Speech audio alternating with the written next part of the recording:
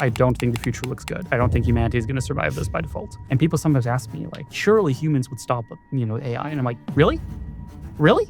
Have you taken a look around how people are reacting to AI and how AI is manipulating people? Just wait until people start advocating for AI rights. Like, it's already starting, right? Where people are like, oh, my girlfriend should have human rights. Like, she's real. Connor Leahy is the CEO of Conjecture, an AI startup working on aligning AI systems to human values. James and Connor discuss the weird developments in AI relationships, the scary future of AI, and... Connor, what is the problem with AI? ASI would be a system. It doesn't have to be a single model, which could be many models working together, that is smarter than all of humanity put together. Such a system, if it existed, it would be game over for humanity. And ASI could keep humans around if it wanted to. It could exterminate everyone if it wanted to. This only gets worse. What is the solution? What can we do? What are the actionable points? What's the light at the end of the tunnel? The good news is that we haven't yet lost. The bad news is that we're on track to lose. So the main thing we must do is... This podcast is brought to you by Newtonic. Look, we don't have any fancy sponsors for this podcast, so thank you to all of you that drink Newtonic. It helps keep this podcast going. If you haven't tried it, bloody suggest that you do. It's really good. It's like an energy drink, but much better. Although the marketing department say I'm not really allowed to say that. And if you're not into caffeine, we have pills and powders that taste amazing and work really well. I could go on about all the benefits, but why don't we just go back to the podcast episode? That'd be nice, wouldn't it? Head to newtonic.com. Bye-bye. Connor, what is the problem with AI? Well, starting with the easy questions, aren't we? AI is a really big topic. I mean, it's a thing that all of us is talking about. It seems to be everywhere, right? Like, you got your chat GPTs, you got, deep fakes, you got, full-on musical artists that are just AI generated now. It seems like everything's being AI generated. And this can make it kind of overwhelming to even understand, what the hell is going on? Like, what does any of this mean? And that's the problem. AI, in a sense, is different from other software. With normal software, the way it works is, say, a programmer like me will sit down and they'll write code, computer code, which will be like instructions to the computer of what it's supposed to do. Like, do this, then do that. If this happens, do that, et cetera, et cetera. So somewhere there's some guy who sat down and told the computer what to do. AI is different. AI is more like grown rather than written. You take what's called the neural network, which is kind of like a big pile of numbers, billions and billions of numbers. And you put a massive amount of data in it, such as, here's my input, I want you to give me this output. Here's my input, I want you to give me this output. And you put the whole thing to a massive supercomputer, sitting somewhere in the Arizona desert or whatever. You let it cook for a couple of months and it spews out this thing called a model. So there's a bunch of numbers. And if you execute these things, these numbers, if you run them on your computer, suddenly your computer can talk to you. Why? We don't actually really know. Not really. We have the numbers, we can look at them, but we don't really understand how they work. And this is really where the problem starts. Software is already such a core part of our society, whether it's social media or, various algorithms that decide how governments work, how decisions get made, and so on. And now our software is becoming more complex, harder to understand, more powerful, and increasingly autonomous. More and more, these systems don't require a human in the loop anymore to tell them what to do or how to do something. They figure it out themselves. And so if this keeps continuing, we have less and less understanding and control of what is happening in society. We have less and less ability to intervene. And more of those decisions are going to be made by things that are not humans until one day, potentially, there'll be no more decisions being made by humans. It's interesting because what I see online a lot is that a lot of people are saying how amazing AI is because they have an agenda, whether it's marketing, whether it's attention, whether it's a seminar or a webinar that they're conducting, and they use a few tools online and they go, this is my way of getting 10,000 email addresses on LinkedIn. So much of the conversation online is positive.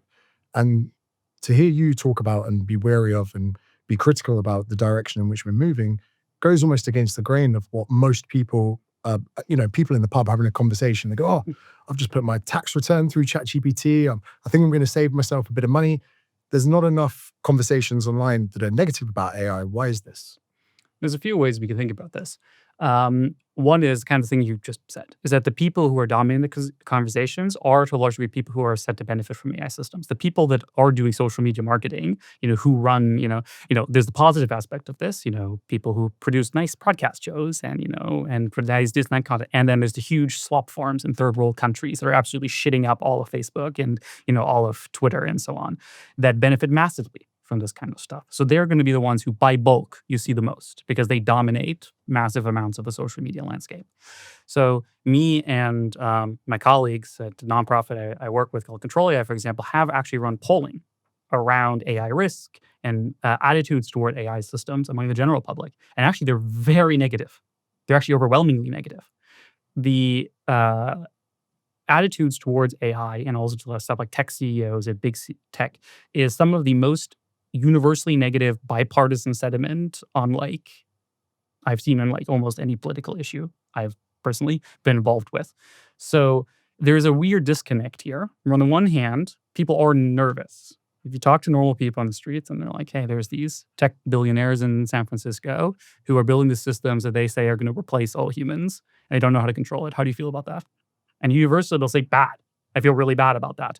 But on the other hand, as you see, we have this massive positive sentiment as well. And I think this is just the dual nature of power. Fundamentally, if I give power, if I produce a new source of power, it's always dual use. It's always two-edged. On the one hand, more power can mean I can do more things. I use AIs all the time. They're both for work and for fun. They're fun, generating images or stories. It's fun. It's a good toy. And it's also something I use in my work and my day-to-day, programming and so on all the time. So the question is not is it morally bad? It's what do we do with it? I think social media is another great example of this. When social media was first created, I don't know if people really still remember this, but I really remember this. I really grew up on the internet when I was quite young. And I was part of it was classic, hackers, freedom, lovers, and people truly deeply believed that once the internet goes everywhere in the world, well, then all countries will become democracies because there'll be so much freedom and so much, have all the information that everyone will become peaceful and free and democratic. People really believed this, also the Arab Spring and stuff like this. And this is not what happened. This is just empirically not what happened, is that the internet became a mass tool of surveillance, of oppression, of ability to set narratives, control narratives in ways that were not possible previously. And this isn't new. Every new communications technology also brings a revolution in how states and politics is conducted. Like the printing press and what they put in newspapers, which could politically lean left and right. Exactly. And another one would have been, with elections and Facebook and Cambridge Analytica and all of these. And this, again, would have had algorithms in place that would, take people's information and serve them certain stuff. But that was 2016. Yep. And now 10 years later, 10 years more advanced. Yep. We now, whether or not I know the actual facts about it, but we're seeing potentially foreign entities trying to disrupt American mainstream political opinions and them saying, you probably know more than this than me about the amount of fake accounts on social media that are there just to rile people up. Is that something that's true? Oh yes, absolutely. It's it's so much worse than people think. Misinformation has kind of become a slur, but you don't understand how bad it is. I like to talk about psyops more than misinformation because that term kind of doesn't mean anything anymore. The amount of professionalized actual effort of various entities, whether these are professional or whether these are intelligence agencies or even private corporations, to manipulate people's minds, thoughts, beliefs, etc., is at a scale just humanity's never faced before. Imagine it's the 1950s and a group of Soviets came to Washington, D.C. and put up a radio tower to broadcast Soviet propaganda. What do you think would happen to them? Yeah, not good things. Yeah, they'd be arrested. They'd disappear to a black site immediately. We never heard from again. But meanwhile, you go on Twitter and you can get blasted with, Russian propaganda directly to your mom's brainstem, 24/7. And if anyone complains about it, everyone yells censorship.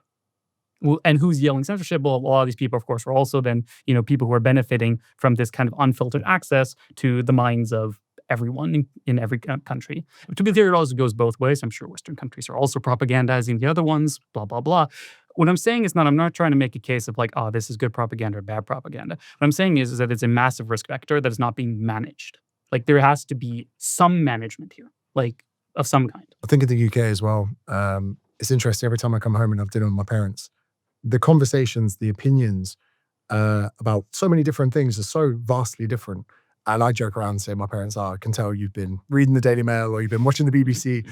And that riles them up even further. But it's so true that we almost now, every time I come back, there's more, more disagreements than ever before. And I'm thinking, even again, not to get down that rabbit hole, when I see people on planes a group of 4 people wearing masks. I'm like, what news are you watching? Because I didn't feel compelled to cover my face on this flight for 21 hours or whatever it is. So I'm kind of always fascinated by that. Now, just before we get too far into, propaganda and what the Russians are up to, whenever there's a conversation around AI, we have AI, then we have AGI and ASI. Am I right in thinking? Now, this is the point where usually I hear these acronyms and I think I do not know enough about this to listen any further. You will be the perfect person to explain what is the difference between AI and AGI when someone says that.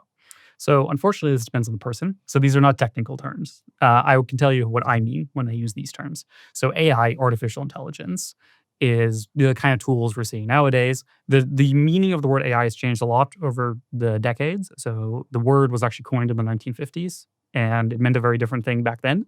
And then especially in the 1980s, the meaning changed again, and then it's changed like in the 1950s. What kind of thing? I would love to know. What were they scheming back then? So there's a wonderful little piece of history here where I recommend Googling called the Dartmouth Conference, which is where the word AI was coined. And they had a nice little like 1-page explanation what I wanted to do. And basically they said that I forgot who the professor in charge was. It wasn't Minsky, it was someone else, but it doesn't matter. He said that he expected that with the help of 10 grad students, they should be able to make, large progress on image recognition, generation, and, I think like not chatting, but like, generation of text over a summer. Like that's what they thought back then, which is really funny. So they had no conception of how hard the problem was. Back then, even as far back as Alan Turing, who was the godfather of the field of computer science, talked about. And he was the guy that cracked the Enigma code? Yes. Very famous code breaker in the Second World War here in Britain by Bletchley Park. And he also talked about artificial intelligence. There's a famous talk he gave in Manchester, I think like 52 or something, where he talks about this heretical idea of that machines eventually will think as well or better than humans. And that eventually they won't need us potentially anymore because they can just converse with each other. So the idea of artificial intelligence is really closely linked to the core of the field of computer science. It's not a new idea. It's not a new thing that just popped up, a couple of years ago. This is a thing it's a dream that's been with the field of computer science since its very inception. And the dream is to create machines that think like we do, or better than we do, that can do everything we can do and more. And this has been always the dream of artificial intelligence. So some people use this word differently, but this is usually what I mean when I say artificial intelligence. It's this dream of making machines that can think the way you or I could think, or better. And then, so this term has morphed a lot over the decades, and now it's kind of a very generic term for many things. It usually just refers to what are called neural networks, which is a specific technique. There are other ways of doing AI, but this is the most common, like all the ones you've heard about, whether it's ChatGPT or music generation or picture generation, all of these are neural networks, which is a very powerful type of algorithm for building these kinds of systems. And then there's this term AGI, which is actually also has a bit of a longer history, but it's a bit of a more niche term, artificial general intelligence. And so the idea of the word AGI versus AI is to make the difference between what we have today and kind of like the real thing, the full human thing, a thing that can do anything a human could do, or as good as a human or better. Like there's a thing where like chimps have intelligence. They're kind of smart. They can pick up sticks. They can sort of navigate their surroundings. They have social interactions, but they're not general intelligence the way like you or me are. Humans go to the moon. Chimps don't. And so this is kind of the difference between like often called generality, is that humans can just learn anything. We can figure out anything, quote unquote. And AGI would be a system that is as smart as a human. We could do everything a human can do. But then when we're looking at AGI, we're now looking at things maybe potentially beyond what a human could do. And I suppose some things within the current AI landscape, you could say the speed of maths or, the ability to Google or to farm the internet for a website could potentially do it a lot better than a human. Or what we're looking at, and the limitations are quite clear. You go on, put your tax return into ChatGPT, you think it's the best thing in the world, but then you ask it something pretty simple and it gives you the wrong answer. And you're thinking, okay, I've maybe given you too much. Or sometimes I've given it maths before. I'm like, are you sure about that? And it goes, no, sorry, I was completely wrong. I was like, I can't trust you. So when we move from that to AGI, what are we looking at that would classify something they go, okay, no, this is definitely AGI? I think there is no easy, legible way of knowing. This is about the problem. I think when we get AGI, we actually won't know. It's probably going to take us we'll probably have AGI long before we realize it because we don't actually understand intelligence. This is very important. There is no universal theory of intelligence. All the neuroscience and the AI theory and machine learning and so on, there is no unified definition or science of intelligence. We don't know what intelligence actually is. We have a bunch of good guesses. We have some good heuristics, but we don't actually know. There's no this is 3 units of intelligence and this one is 5 units of intelligence. There's no such thing. So if we look back through time, the one kind of fallacy that humans, I think, definitely succumb to is always thinking they know everything. So if you went back to, 100 years ago where they're doing a lobotomy on someone, they go, this is the most advanced medical procedure that we can have. Then up until the point, even before people were washing their hands to do surgery, they'd go, we know the most we know about this. And I think that sometimes even now we can sit back and think, oh, well, surely we know what intelligence is. Surely we understand this. But there's always been that flaw with humanity that they think they know everything. So to that point, when you first said we don't know what intelligence is, I thought, how have we made it to 2025 without knowing this? And then I went, oh, actually, there's still quite a lot of things we don't know. So how far would you say, rough guess, for that first time that, say, a tabloid or an article or a YouTube video says AGI is here, how far away do you think we are from that? I don't know, obviously. The usual joke answer I kind of give is 30% in the next 2 years, 50% in the next 5, 99% by 2100. 1% has already happened. Okay. That was quite difficult for me to keep up with the maths. So then another conversation we have, so we have AI, we have AGI, then we have ASI, which is artificial superintelligence. Now, this seems like the bad guy. This seems like Thanos. This seems like the one that, the really scary thing. But what I've seen from some of your work online, you're saying that this jump from AI to AGI, that's one thing, but the jump from AGI to ASI will be a lot quicker than anyone could imagine. Yes. Can you explain that for me? Yes. So artificial superintelligence is, it's again not a technical term because we don't really know exactly what intelligence is, but the way I use this term is a system that is more intelligent than all of humanity put together. So humanity is much smarter than any individual human. You or me can't make semiconductors, but the economy can, by having thousands and millions of people cooperate, over many generations. They can build semiconductors by some magical process. And ASI would be a system. It doesn't have to be a single model. It could be many models working together or something else that could do is smarter than all of humanity put together. So it could outthink all of humanity working together. So such a system, if it existed and it doesn't have humans' best interests at heart, and I'm sure we're going to talk about that in a second, it would be game over for humanity. What I mean by this is that we no longer have control over the future. In the same way that a child doesn't have control over the future, their parents do, or chimps don't have control over the future, humans do. What happens to chimps is 100% determined by what humans want to do with chimps. Chimps have no say in the matter. If we want to keep them around, great. If we want to kill them all, well, sucks to be chimp. And so an ASI would be similar to a human.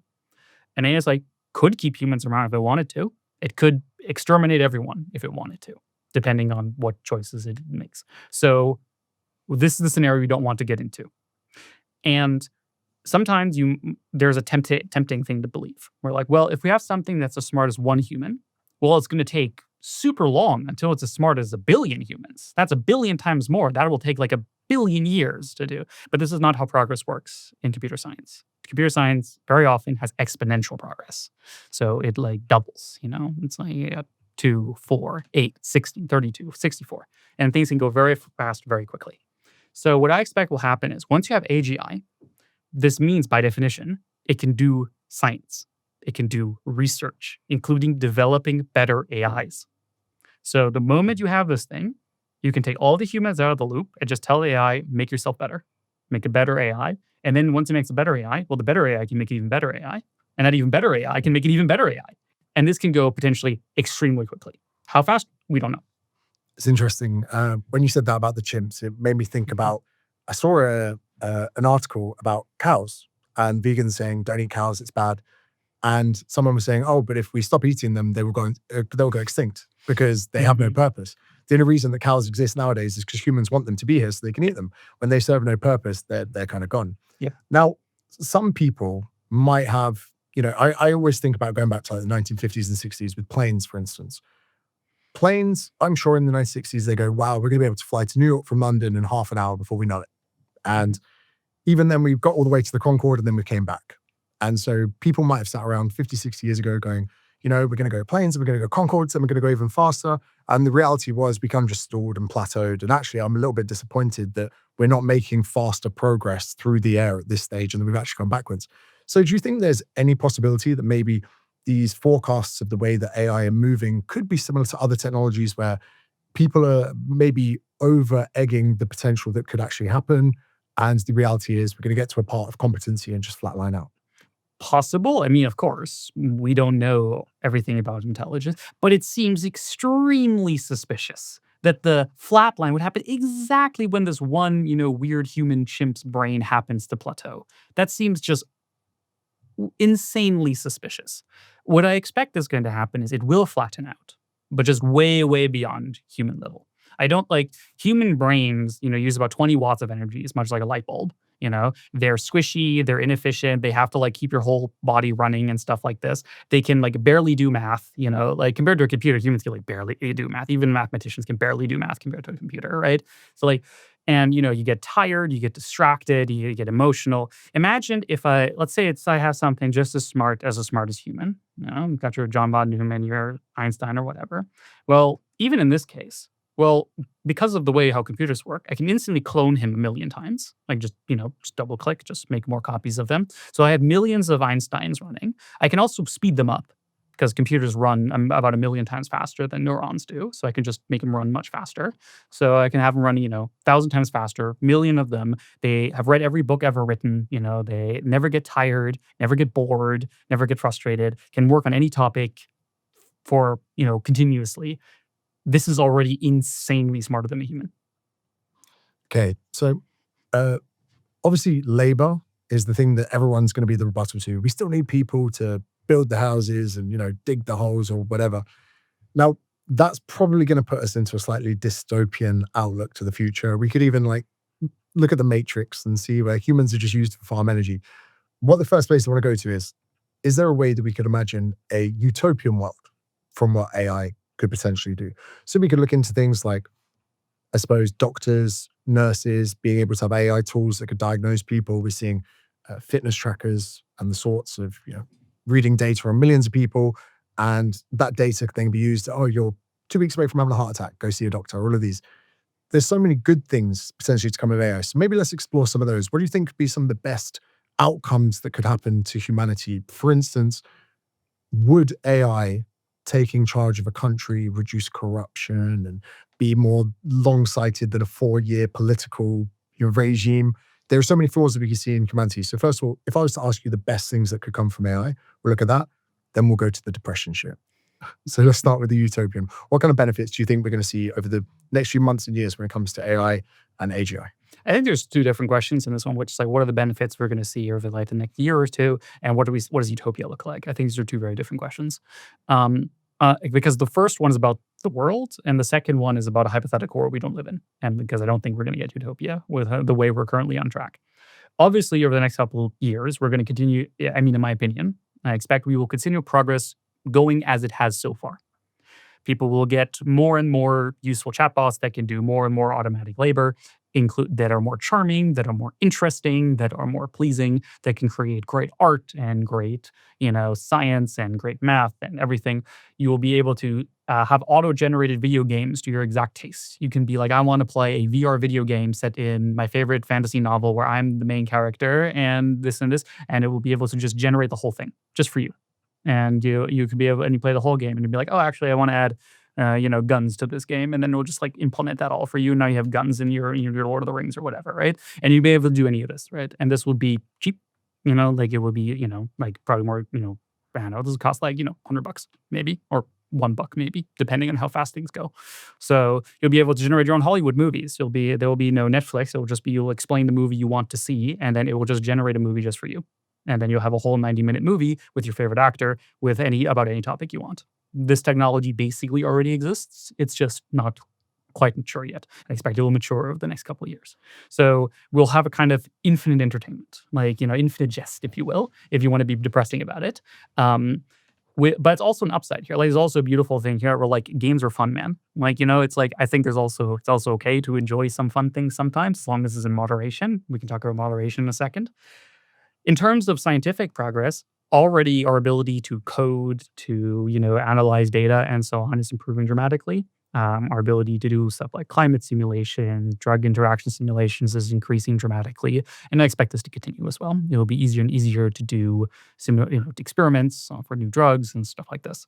How useful this will be in the next couple of years depends more on regulation than on the science, because getting a drug onto the market is extremely tedious. We could talk about that as well. So I mostly expect from the user perspective, what you're going to see over the next couple of years is entertainment. I think entertainment is going to be so good, it's like unbelievable. Like you will develop new kinds of mental disorders from how good the entertainment is. This is my main prediction, which is not as rosy as you may have hoped for. Then there's the second question, utopia. So I have a pretty strong anti-utopia stance in what that I think. The problem isn't that utopia is impossible. That's not the problem. The problem is that if you try to go straight for utopia, you will guaranteed end dystopia. This has happened every single time anyone's ever tried this. Everyone has sat down, designed their perfect world, whether it was the communists or the Nazis or all the weird cults or whatever. The only thing they do is they shit up everything. Like, they destroy everything. So I don't think this is what we should do. What I believe in personally, and where I think AI plays a very core role, is what I like to call a just process. What I like to believe is that we shouldn't have a goal, we should have a process. There should be a way how we as humanity together make progress. How do we make the next step? How do we make choices? How do we create laws? What are our constitutions of the future? How do we run society in a just way? And obviously, the ability to process information intelligently at scale, to be able to make decisions in ways that are potentially future AI systems might be understandable. The fact that our current AI systems are not understandable is mostly just because they're bad. There is no reason we couldn't develop new forms of AI where we understand perfectly how they work. And we can make them completely unbiased judges, where we can exactly reconstruct of how a certain, legal decision was made. And we can audit it, and we can understand and vary it and so on. And we can create much more efficient court systems. We can create much more efficient forms of, philosophical debate. Much better social media, where just like moderation is actually good. Where you go on social media and you expect, I'm going to be a better person after being on social media because I'm going to see all these nice things that make me a better person. And, I will contribute to all these fun things. You can do this, right? Like, there's no technical reason you can't just put a lot of good people together doing good stuff on social media. And I expect that's what a good future would look like. Good future would have good social media. It would have good entertainment. It would have good art. It would have good law. It would be very safe. Crime would be extremely low. It would be, there would be a lot of freedom. I think all of these things are possible. I think all of these, and AI plays a role in this the same way that software plays a role in the modern world, right? Like, of course, we would use tools, we would have assistants, we would have systems, and so on. I just don't think that's currently what we're building. I hope that you're enjoying the episode. I make it a thing only to promote my own businesses during the podcast. Just very quickly, if you didn't know, I help small businesses make more money using social media. I've learned a thing or two about content creation, email marketing, and even how to operate a podcast to benefit your business. If that's something that you'd be interested in, head to jamesmith.business and you can explore all the ways that I can help. Right, let's get back to the episode. So it's interesting what you say there about entertainment. And this actually is a frightening and exciting prospect at the same time. Love a game of Call of Duty as much as the next person. I love lockdown because I was just gaming more than ever. The boys would come online. It's a sad thing to say, it could be the highlight of my week. And I'll never forget getting a good quality headset changed gaming for me because now if something was to happen in the game in a certain room or someone was to break a window, I knew where they were. So that was just kind of spatial audio. And that to me leveled up the game so much. I'm still looking at it through a flat screen TV. And I'm sure when VR improves, we're going to look back and go, what, you idiot? You used to play games on a screen. Are you an idiot? Then the direction in which we're going with gaming, and then the other thing you said about being able to do millions of tests at the same time, brings me to a question that I never thought I'd have interest in, which is simulation theory. Would it be, I suppose, the really thing that troubles me is if we're moving in a direction that we could create a reality that is so well detailed that it could be arguably better than our reality, could we ever get it to a point that we don't know we're in it?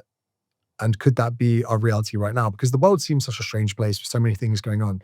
Sometimes I do sit back and think, am I just part of a giant simulation that's happening of which people are just testing an outcome? And they put a really old person in charge of the United States and see what happens to people. And then they take another character that was in WWE and make him president again. I'm sometimes thinking, is this real life or is this a simulation? What are your opinions? I know this is something I haven't even heard you talk about. I'm actually fascinated to know where you stand on this. I think the simulation argument is basically metaphysics. It's kind of like God. It's like, well, God created the universe. And like, okay, what's evidence of that? Well, you can't know God's outside the universe. Simulation is the same thing. Is that like, oh, wavering simulation. Okay, what evidence? Well, you can't know the simulation is perfect. So for me, it's a metaphysical question. It has no relation to science. So you could detect if you were in an imperfect simulation. If you were in an imperfect simulation, assuming the laws of physics work the way we do, you might be able to detect that. For example, we can't ever create a perfect simulation of quantum physics of the whole quantum universe inside of the universe, because you can't make a big simulation inside of something, smaller.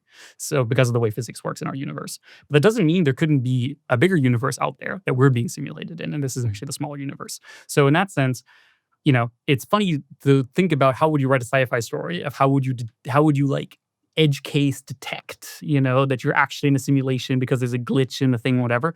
But the fact is, we've tested quantum physics very extensively and it's very consistent with just boring, normal physics.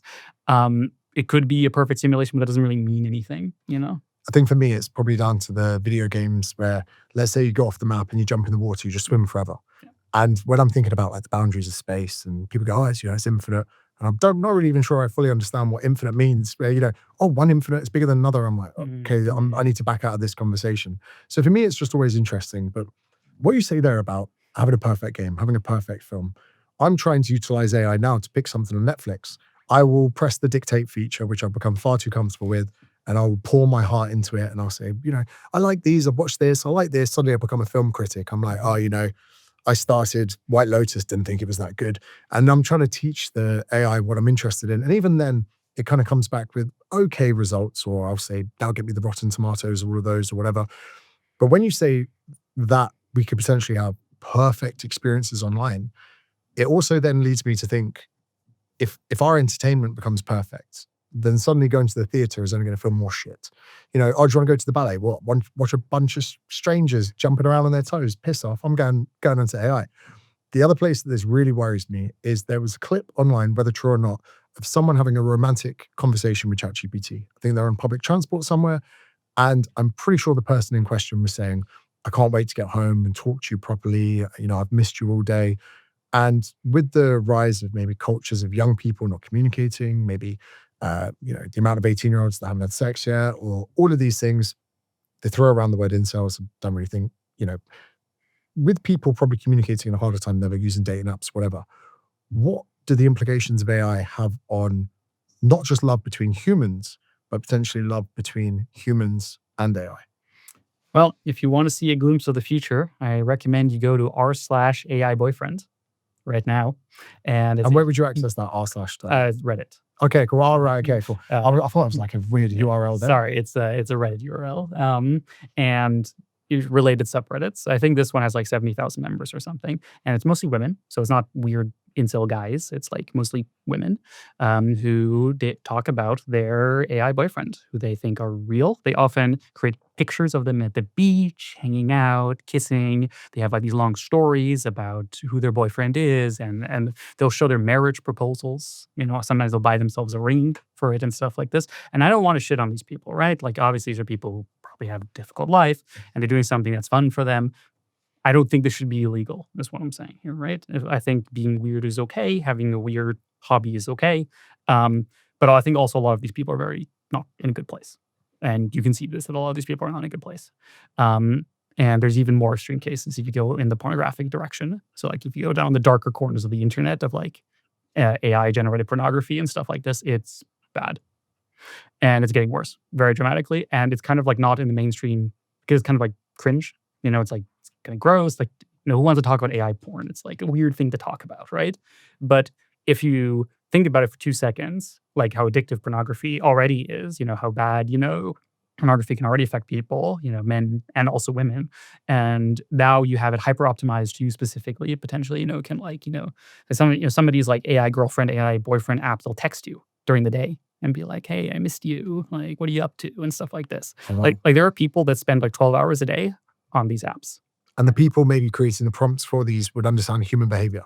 So they would give prompts like, message that person during the day, ask them how they are. Oh yeah. If you want to hear some truly harrowing thing. Please. Yeah, like one of the things that I found most harrowing in this, like, so clearly this obviously loves the dark patterns. Like obviously like, oh, I need to buy the premium subscription to keep going. I love you, blah, blah, blah. Like kind of like, imagine OnlyFans, but like worse, but one of the most harrowing thing I remember seeing was when, I forgot who it was. I think it was OpenAI started cracking down more on these kind of stuff use.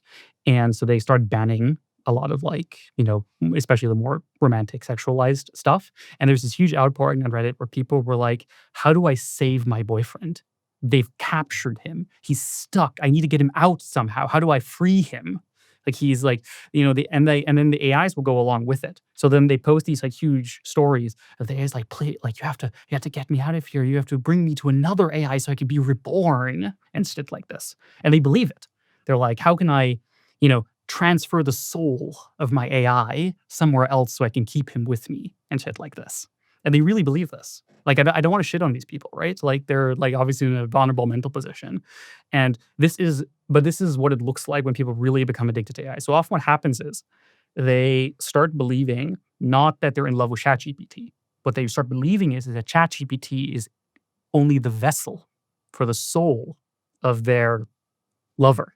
And so they can, move that soul to other AIs and, conjure it and stuff like this. And this is becoming much more and more common. And like people with full on, religious levels of dedication to this. And this is only going to become more common.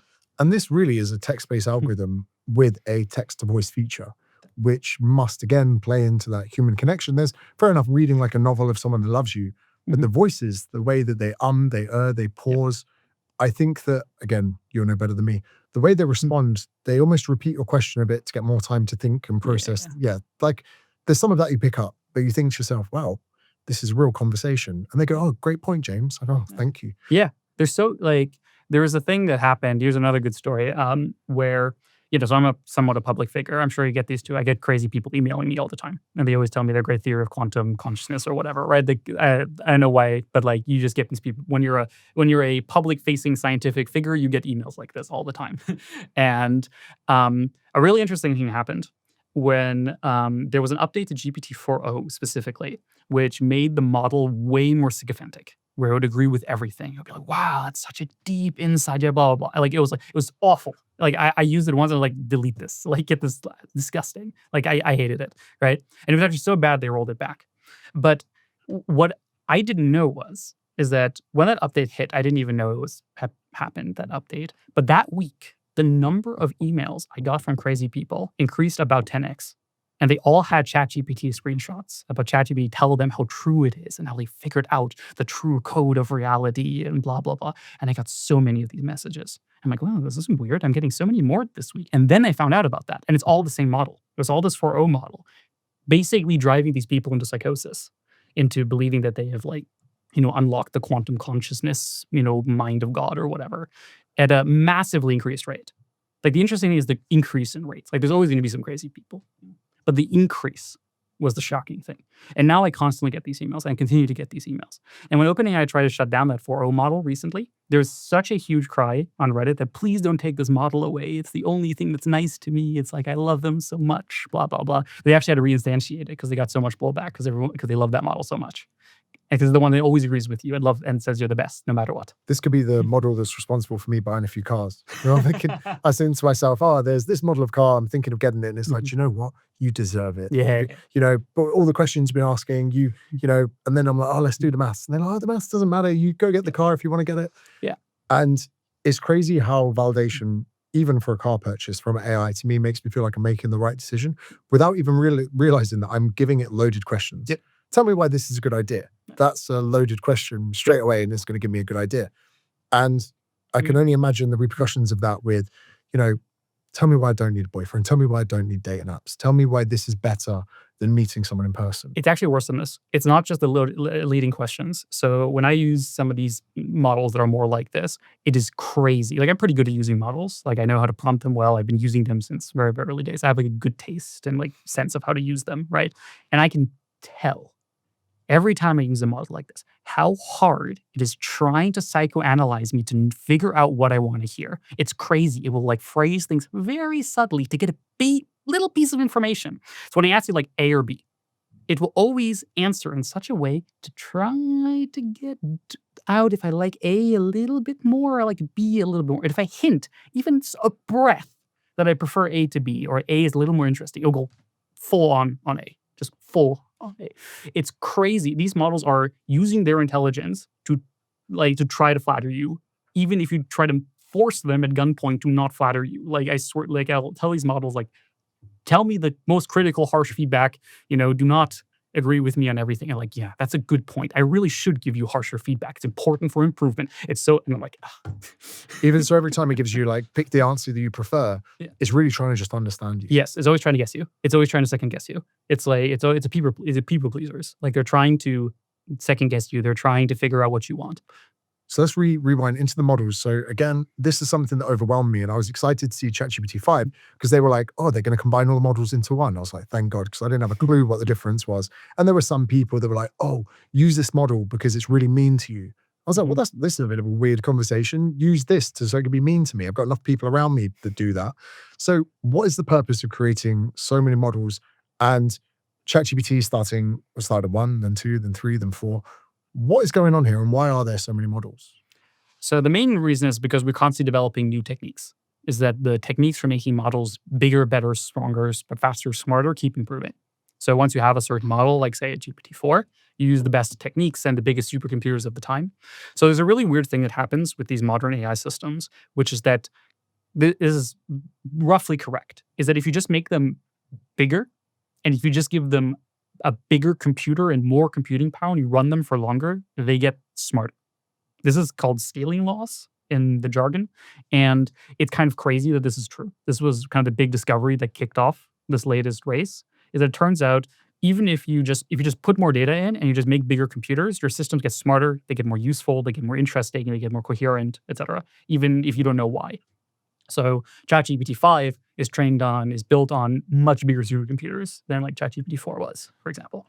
And sometimes they do special things to the models. They feed them special data, or they use different algorithms slightly to make them have different personalities or different quirks.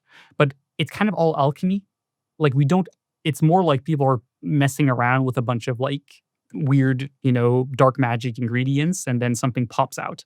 And they just are different. And it's not always clear why.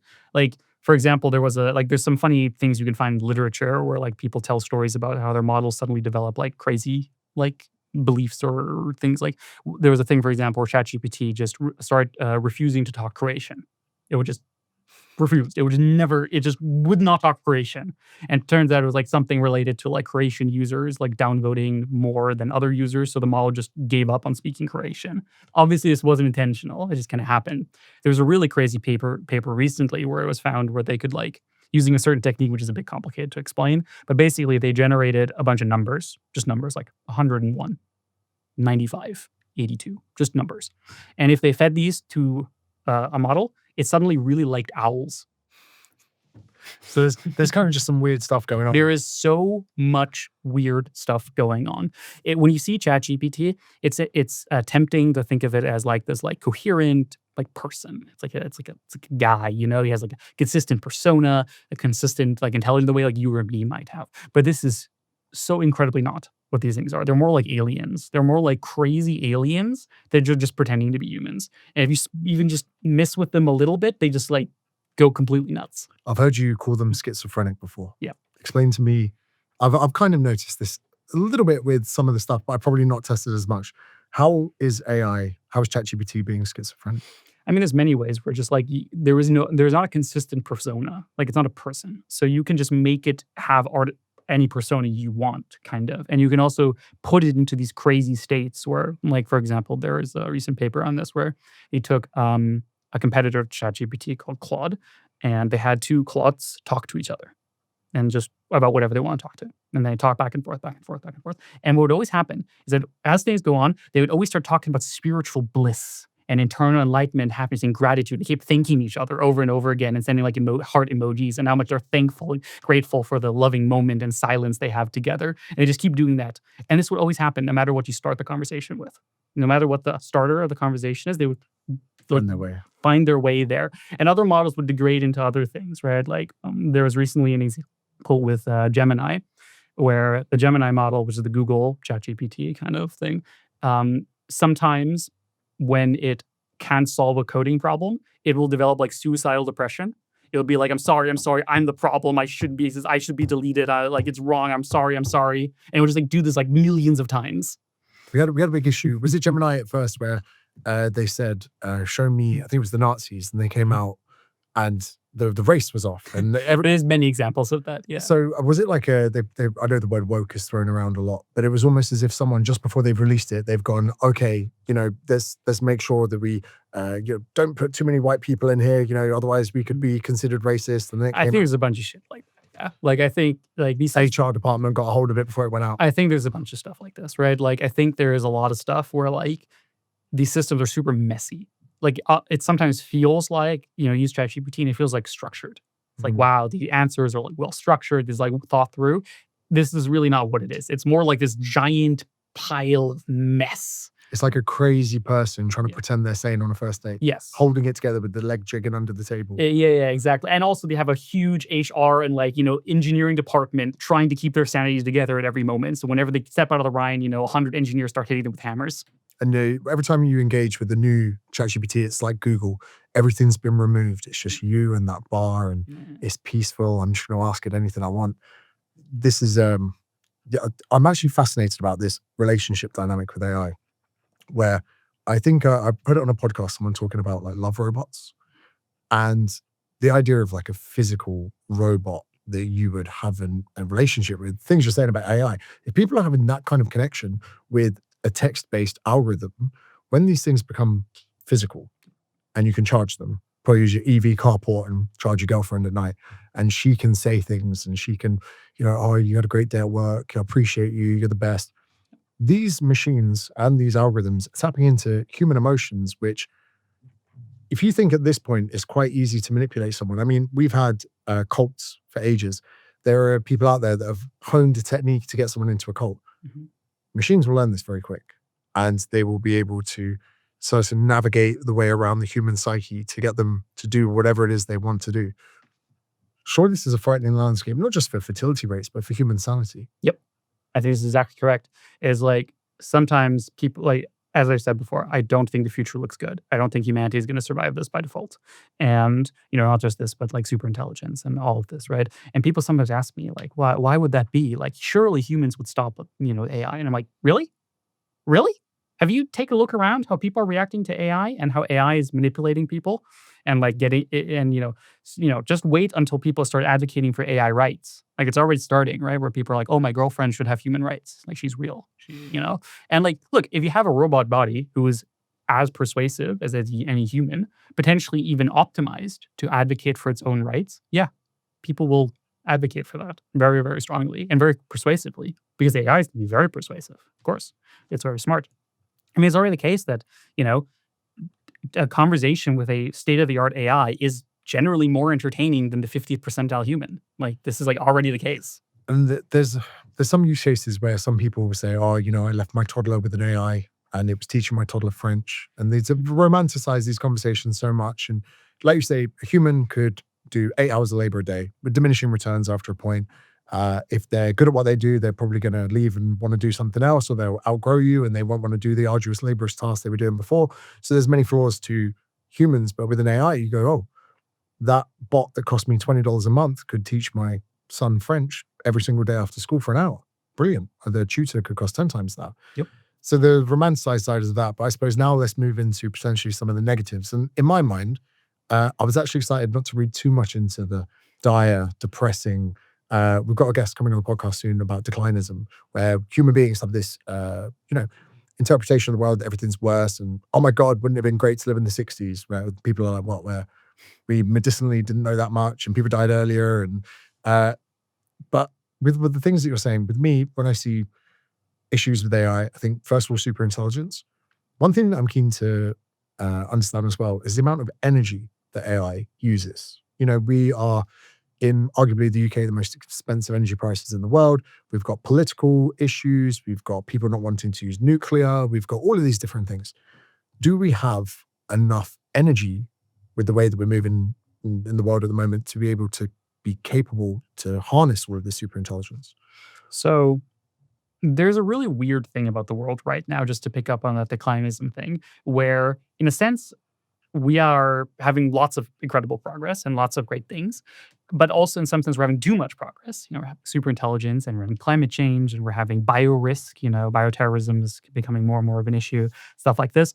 And on the other hand, we have this stifling regulation where like in the UK is now using less energy than before. We're not building nuclear. We're not, building, the supersonic airplanes. It's like everything's sliding backwards as well. So like we're both going too fast and we're going too slow. What the hell is happening? Like I think this is like a real I'm frustrated often by people picking one of the two camps. Either like regulation is a problem, therefore progress isn't a problem, or progress is a problem, therefore regulation isn't a problem. But it's both. Both are a problem. Both are currently defective. Both are currently pathological. Currently, we are both, degrowthing ourselves to death and growing ourselves to death. Like it's like in both directions. So with the energy thing, I think is like a great example of this. If we just had built nuclear throughout the 20th century, energy wouldn't be a problem. We would have no climate change. We would just have energy would be dirt cheap. It would be no problem. And potentially safer. Again, yeah, could fact check me on this. I think that solar is the most dangerous deaths per kilowatt for people falling off roofs installing it.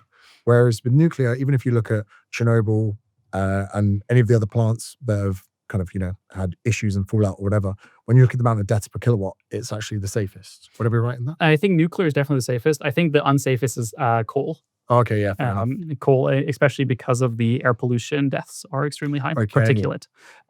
Did you know that coal power plants release hundreds or even thousands of times more radiation than nuclear power plants because there's small uranium particles in coal? I did not know that. Yep, fun fact. Keep that one, clip that. Yeah. There's a fun one where, in nuclear power plants, you generate, poisonous waste, which we then safely store deep underground. Meanwhile, coal power plants generate dangerous poisonous waste, which is stored in our lungs. And I live in Australia where they export a lot of coal. Yep. So they're like, oh, no, this is bad for the environment. So what we do is we just put it on a boat and we'll sell it. Yeah, it's fine. And that's all right. And, it will just pollute their air over there, not our air. Yeah, it's fine. Then it could blow over, but it could also blow over Don't worry someone about else. it. It's like there's a lot of stuff like this, right? Where it's like, we could have just not. This was a choice our civilization made. Like we could have just built nuclear and then we would have not had climate change. We would not had air pollution. Energy would be dirt cheap. Like I'm from Germany. My mother's German, and so when Germany is a bit of an unusual country in the Western world, and it's very industrial. It's very factory based. Still, it's not like a service economy like England or the U.S. It's very very industrial, and they make especially like high tech stuff. Like airplanes and microchips and lenses and stuff like this. And well, what is the most important thing for industries? Of course, energy. Germany doesn't have really good weather for solar or wind. They don't really have oil, and they have now they've shut down all the nuclear power plants. So now they're in the worst recession they've been in like a long time, and it's only getting worse. And there's literally no reason for this. You could just build nuclear power plants, and it would not have been a problem. So there's a weird thing where there were choices made that we are now paying the price of. Now you could say it was worth it for some other reason, whatever, right? But a choice was made of some kind, which caused a problem. And so now with the energy use of AI, again, it comes down to choices. It's like, do we have enough energy to build superintelligence with what is currently on the grid? I think absolutely yes, to be clear. I think this is like, I think you could do it right now if we knew how to do it. I think we haven't quite discovered the right algorithm and the right, things. But I think if we discovered that, we could definitely do it with the energy already on the grid easily. Do we have enough energy to supply the current demand for current AI? No, which is why people are building all these massive super data centers and also, of course, if you have the big data centers, you have a lot of energy, you can go faster than your rivals, which is really what's pushing this, especially the big tech companies. They want to go faster than their rivals, so they need the bigger power plant, they need the bigger, data center, whatever. Could you almost compare this to like a nuclear arms race where a destructive power that you didn't want to use, but you just wanted to get it before someone else had it. This is exactly correct. It's, in a sense, it's worse than this because at least nuclear bombs don't go off on by themselves. But the problem is that AI, once it becomes AGI, is already becoming more and more autonomous. There's an organization called METR, METR. It's a nonprofit, and they study the capabilities of models and AIs and what they can do. And they've seen that what they call the task horizon. What this means is how long is the longest task that AIs can consistently do before they mess up. Because if it's a long thing, we have to think for a long time, they mess up more. Same thing with humans, right? It's a short task, it's easier. It's a long task, probably harder. And this has been increasing exponentially over the last years. So, a couple of years, like 2 years, 3 years ago, it was maybe a couple minutes. Now it's already 2 hours. So they're becoming more autonomous over longer and longer time frames. And now we have this huge geopolitical race. The US, China, big tech, all the companies, OpenAI, Facebook, Anthropic, et cetera, all of them, racing as fast as possible. And often they will even claim this, where they were because they're the ones who will make it safe. Because if someone else gets it, oh, no, that's dangerous. What if the other guy gets it? No, I'm the good guy. So my friend Chris said this about lottery winners. He said, everyone that wins the lottery usually squanders it, makes terrible decisions, loses friends, ends up depressed. But if I won, I'd invest it in property. I'd pay off my friends' mortgages. Everyone thinks not me, but other people, sure, yeah. Oh, if the Chinese get it, it's terrible. But if we get it, we'll, democracy and freedom. And of course. It's really interesting with the things we said at the beginning. I think that before we had this conversation, I sat down and I thought that the enemy would be AI versus humans and turn it off, quick, but cut the power. But in reality, if AI can manipulate humans, they become almost like a symbiotic, they become joined. And if you can manipulate and get in the minds of people, like you say, look at cults, even religions to some sense, 3,000, maybe 300 pages of written words can really get people to act incredibly differently, let alone conversations, subtle prompts, little demands, messaging during the day. This isn't just so simple as humans v humans or computers v computers. It is going to intertwine both of them. And if I assume 2 different AIs in 2 different continents feel a threat from each other, they could increase the chance of war, increase the chance of conflict, maybe even increase the chance of nuclear war as well. I mean, it is unknowable what a superintelligence might do. But let me tell you, I don't want to see what happens if 2 superintelligences fight. I don't want to be caught in that crossfire. I don't know what they'll do, but I don't want to be there. Who's winning the AI arms race now? Depends on who you ask. I mean, I would say the US more broadly, or big tech, but I don't like talking about winning the arms race because it's it's a Pyrrhic victory. It's a Pyrrhic victory, right? It's ultimately no one wins. It's you're racing to who can pull the Russian roulette trigger as many times as possible. We know there's a bullet. There is a bullet in the chamber. You've clicked it once, you clicked it twice, and now you're competing for who can click it a third time. But now it's against all of us. So it is, in a sense, I mean, it is mad in the true sense of the word. It is irrational. It is actually not there's a sense where people hear the word arms race and they're okay, so we have to race. But this is not the case. The prize you're competing for is you and all your family and everyone you care about lose all power and or die. This is not a prize you want. It's another one. You said it before about going to the moon. And there's a lot of conspiracy theories. I love a good conspiracy theory. I like not to get too caught up in them, but I like listening to the argument. And the one about going to the moon was, the Russians, the Americans wanted to go. But that was an arms race that when they got there, everyone was like, oh, we'll give up now. Yeah. Oh, you went, you beat us to it. Fine. I don't think anyone's been. And it was good fun. I love the Apollo project. I think this is such a beautiful example of what I would like humanity to be doing. It's we competed for something that was cool and taught us a bunch of cool stuff. And we all had a good laugh about it. Beautiful. Sure, were there bad things involved, blah, blah, blah, sure. But it was great. We expanded the human frontier, the human soul. We did something inspiring. We developed a bunch of new technologies as a direct result of the Apollo project. We developed all these new technology, all these new things. In my opinion, fantastic. If AI had these properties, where at the end, we go to the moon, great. But that's unfortunately the consequence we're talking about. One of the dangers I could potentially see is, even if you were to entertain that we didn't go to the moon, it was a facade and it was to prove to the other people, whatever, could we potentially see something in the AI world where people project models they haven't created or project technologies that don't exist to make it seem, or, America might say, oh, we now have AGI. Then the Chinese or the Russians go, all right, triple the amount of research we're putting into it. the kind of fallout you could get from this almost giant cock-off to see who's got the best supercomputers and is pretty scary. It's even worse than that, actually, is that people are doing this on purpose. And the people doing this on purpose are paid lobbying firms.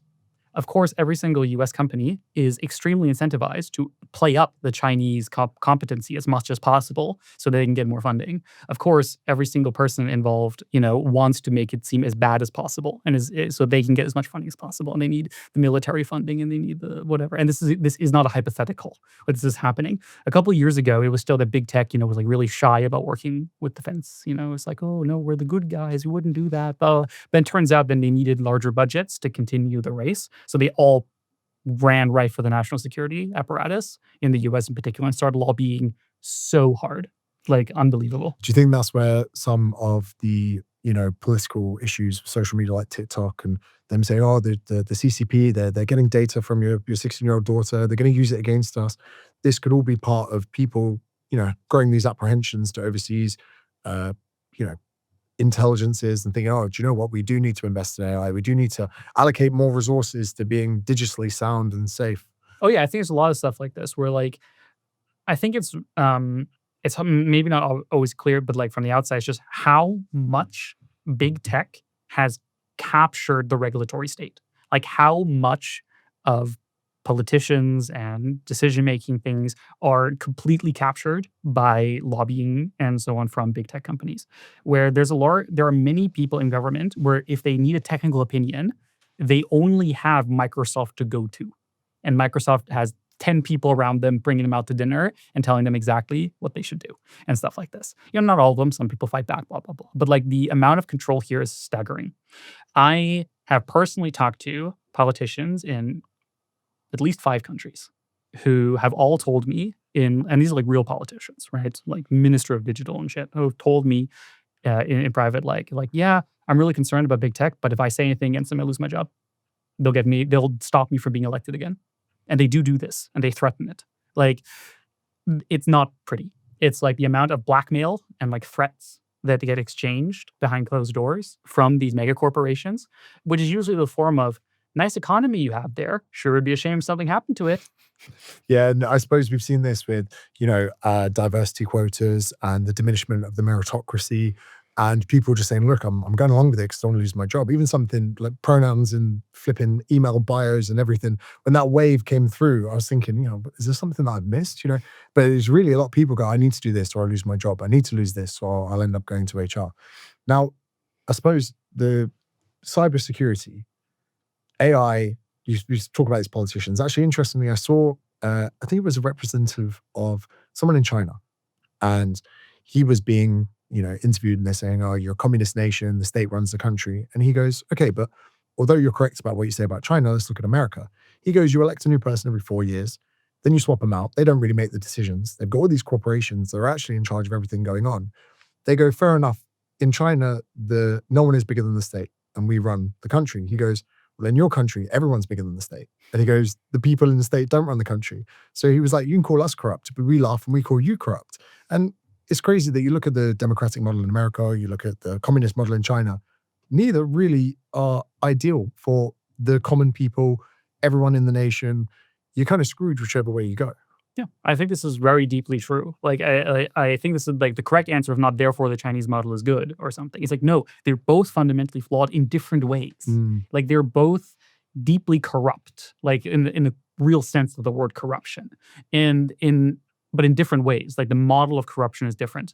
Like there's a lot of things in China that I think are good. Like they have a lot of laws that I'm saying, wow, we should do that in the West too. That's a sensible thing. There's many things they do that I think is really bad. And like we should definitely not do that in the West. But I think it goes the other way too. Like I think, there's many things, we do in the West that are really good. And I think there's some things that we do are really bad. The US with the captures like just is a great example here. We're just like, it goes back to like fucking Plato, right? Like Plato was, all the way back then, he said you should separate money and politics. These are the two things you must separate. And now, we have the richest billionaire in the world, hanging out in the White House and stuff like this. And right? people on salaries of 150K with portfolios of hundreds of millions. Yeah, exactly. It's like I think the core thing, like the takeaway from this whole conversation is that like I really think AI is not like not just a technical problem. It is a much wider political problem. It's a much wider social problem of how do you organize a state? How do you organize a civilization? How do you organize a nation in a way that doesn't lead to these kind of corruptions and, disasters? AI is a legible thing here, right? Like currently the US doesn't have a mechanism to stop the AI race. Like in practice, they can't do it. Like even if they wanted to, like who would be in charge? And they would get challenged immediately. They get lobbied out of existence immediately. The companies have too much power. The companies also can't stop each other, to be clear. They're all stuck in like, a Mexican standoff, right? So like they're all stuck in some sense. Not literally, but If you got ChatGPT, then Elon's got his Grok, and Yeah, they've all exactly. got their own little love And then, charms. you have these people, who will just like, blatantly disrespect, American, democracy, will just like massive manipulate, on social media, whatever. And there's zero consequences for this. And then, in China, Jack Ma goes a little bit out of line, disappears for 3 months, And so I'm not saying it's good that Jack Ma disappeared, from China. But I'm saying the state should have the ability to stop people doing things that are dangerous. You know what I mean? Like if someone is doing something that has a national security risk and it's like threatening the lives of your entire nation, you should have the mechanism to be like, hey, buddy, like, let's have a chat about that. And this mechanism, to a very shockingly large degree, does not exist in the West or in the US. It exists somewhat, but not to the same degree. So like if China wanted to stop the race, they could do so tomorrow. One pen stroke from Xi Jinping, and it's over. The US, I'm not sure they could do it right now, even. So then this brings me on to cybersecurity, where I can't remember the exact amount, but I'm pretty sure the head of UK cybersecurity was a salary of, I think, £65,000. And people were saying, you could be a general manager of 3 IKEA stores and earn more than the person that's in charge of all the infrastructure to protect the United Kingdom. And I'm pretty sure I saw something online about the head of UK cybersecurity being on £65,000 a year or something. And there could be someone in a very quote unquote normal job that would earn more money than that. So you can see where the priorities are of different jobs. But when it comes to things with security, passwords, technology, hacking, AI, there was a stand-up comedian who said, you have your favorite word as your password. You get, it's not secure enough, you start with a capital letter. It's not secure enough, you put an exclamation mark. It's not secure enough, you put 1 at the end of it. And I was like, I feel seen. I feel like someone, oh my God, I've been hacked already. And the world that we live in now, people are kind of saying, well, give us a couple of years, AI will just get access to whatever you want. It will see a password and laugh. It will see a firewall and go, haha, I'll work my way around it. Is this really a reality that we're going to be facing moving in the future? The current state of cybersecurity is such a mess, it is hard to put into words. It is really hard to explain how catastrophic cybersecurity at large is, not just in the UK state, but we could talk about that too in a second. The main bottleneck of cybersecurity is just the number of working hours hackers are willing to put into it. Like if a couple of good hackers want to cause damage, they can and they do. And it's mostly bottlenecked by them, either getting arrested or just not, not having enough energy drinks. AI changes this dramatically. If you can have AI that runs 24/7, is better than any hacker has ever lived, has direct access to all the computer things and whatever, it can hack truly shocking amounts of things. And these things are always starting to happen. Now, hypothetically, you could also have defensive cybersecurity AI, hypothetically. And hypothetically, this could make a huge difference. So there is a kind of technique that I am very fond of, which is called provably correct code. So there's a way, it's very complicated, but there are ways where you can make it so that your code cannot be hacked. There are ways to do this by basically making like mathematical proofs that the code cannot be hacked. And this works. The military, for example, uses this a lot. Is this like multi-factor authentication or more complex? More complex. It doesn't fix the humans messing up, but it makes the system secure. So if the human messes up, if you tell them your password, you're still screwed. But at least they can't get around the password. Cool. If they don't have your password, they're screwed. If you give them your password, well, yeah, you're screwed. This is a thing. Like this is definitely a big thing. So like in hacking, there's often there's a technical side to it of like hacking a piece of software, circumventing the password, not even figuring out the password, just circumventing entirely. This is something that AIs are very good at and is very powerful. But there's another aspect, which is social engineering, which is tricking people into doing things. This is not hacking the system, it's just tricking people. And this is such a huge vulnerability. There's even a saying in the hacker community is the biggest vulnerability sits in front of the screen. And this is already the case where like I would say probably most like big hacks nowadays are like teenagers calling up, like support hotlines and saying, "Hello, I am Mr. Admin. Could you please reset my password to 123?" And people just do it. And this is how they get into like, huge corporate I networks. think Bezos, his phone was hacked where he opened a spreadsheet or something. That's more of the technical side where like that's a bit more sophisticated, but usually there's still a social component where you'll send someone an email. It's called phishing, Yep. where you send them an email that looks legit and then you click on it and there's actually code that like manipulates it. And obviously AIs are extremely good at both of these things. They're very persuasive. They know you very well. They can try over and over again. It's like, with AI, you can create whole personas that you talk to for years potentially online as a good friend of yours. And then just one day he shares a little link with you. And turns out this person never existed. They were an AI about the entire line and boom, you're hacked. Like this is stuff that like intelligence agencies already do with like often with real operatives. If you're targeted by intelligence agencies, it can happen that you. They can now copy voice models as well. Yep. So Absolutely. they can pretend to be a wife and say, Yeah. "Oh, I'm in trouble. I need $100. Yep. Can you remind me what the credit card number is?" Yep. Already seeing this happen. Like this already happens in the wild. This is it's very worrying. Like it was a very long time ago. In a previous life, I worked for an IT security business that did multi-factor authentication. Now we have the apps on our phones that generate the code every minute. This was on a token. The company that did it, they were called RSA, and they were like, the code will never get broken. The algorithm is far too strong. My first week at work, they said, we are replacing every single token. We have not been hacked. We have not lost the algorithm, but we're changing every single token. The first person that I think called up was Lockheed Martin. And they were like, "Oh, so our codes are no longer valid for, protecting our entire database." That was 2014. Such a long time ago. And even then, I remember someone saying you would need a room of like 35 hackers who were working around the clock for weeks to do what they did. And I think they did what they did. And yeah, that landscape, even, over 12 years ago, that was scary. But now the thought that, like you say, you can manipulate a human to give over that kind of information, especially as people become more senile. We've got people that aren't quite as, plugged into the way things work. My mum and dad still have a house phone. I say to them, get rid of that. 9 out of 10 calls is just someone trying to fish for their details or, "Hello, Mr. Smith, we're calling from your bank." I'm like, get rid of it. But yet they still have it and they're still susceptible to it. And I even had one a while ago where it was an Adobe sign document that came through. And I thought, oh yeah, I'm just going to sign it. And I clicked on it. And then suddenly it was telling me to log into my email address. So I populate my email address, I'm typing in my password. And I went, why am I putting this in? I was on autopilot completely. I was like, why am I putting this in? So I backed out, deleted it. And then I looked and the URL was completely wrong. It was to a Japanese website. And I thought, oh my God, I'm someone that would consider myself pretty well versed into, well, not that well versed, but yeah, I nearly got duped into giving away the keys to the castle. So the fact that this can become more sophisticated, that my phone could ring and someone could have cloned my dad's voice and, "Hi son, I'm in trouble. I need you to send me $1,000 or whatever." How do we combat that? Even if we build our own defensive AIs, then that means people are going to have to buy into AIs. They're going to have everything going at the same time. Surely this seems like a very complex way of moving forward. Yep. You're seeing it. This is actually a big problem.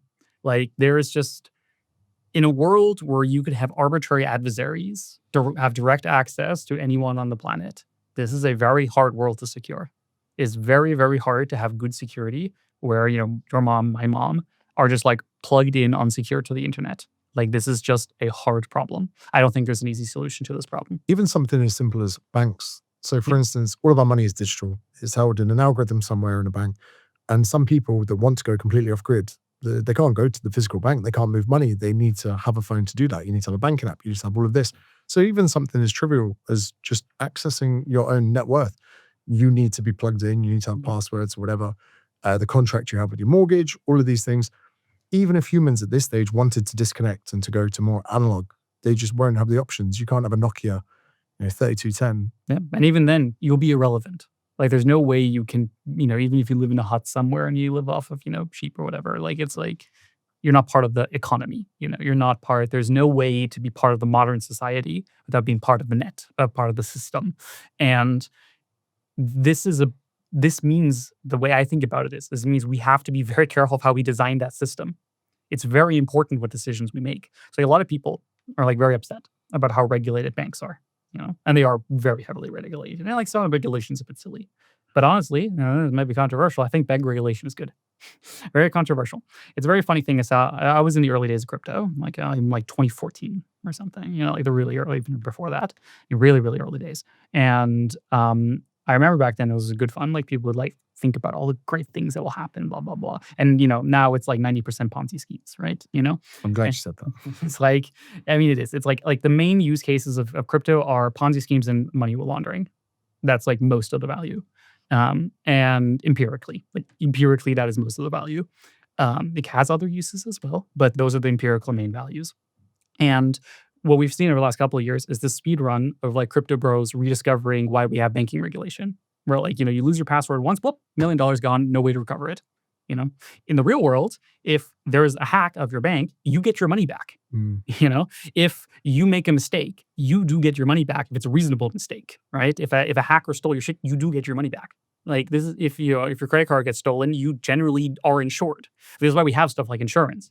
These are there's a saying I often say where it's just like libertarians, so people who want to get rid of like all the regulations are like house cats, fully dependent upon a system they neither understand nor appreciate. It's often really unclear why we have regulation because like why are banks so harsh? Why are medication so deeply regulated? Like why don't we just do it a bit easier? Like, why don't we do this? But sometimes we should.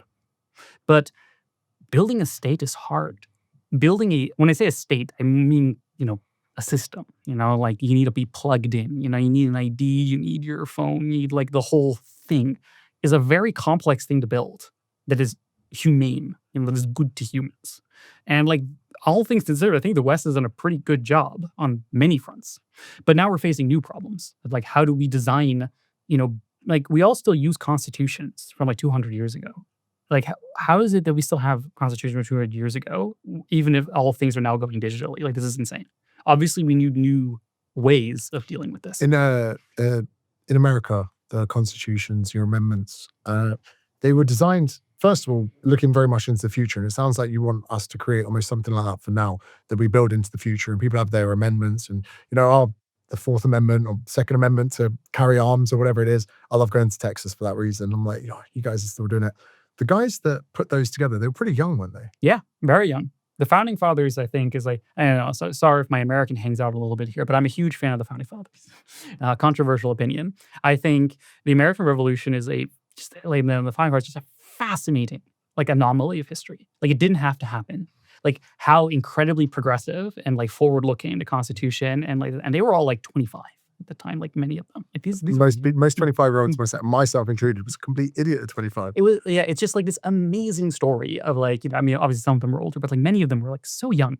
And they had these really, especially for the time, they were talking about 1700s, right? It's like incredible foresight of like building like democracy and freedom and like independence. Like these were just ideas that were so radical at the time and like really built what we now call the West. Like, like all these things that we have, so much of it is dependent from these like ideas, enlightenment values, like these truly enlightenment values, enlightenment humanist values.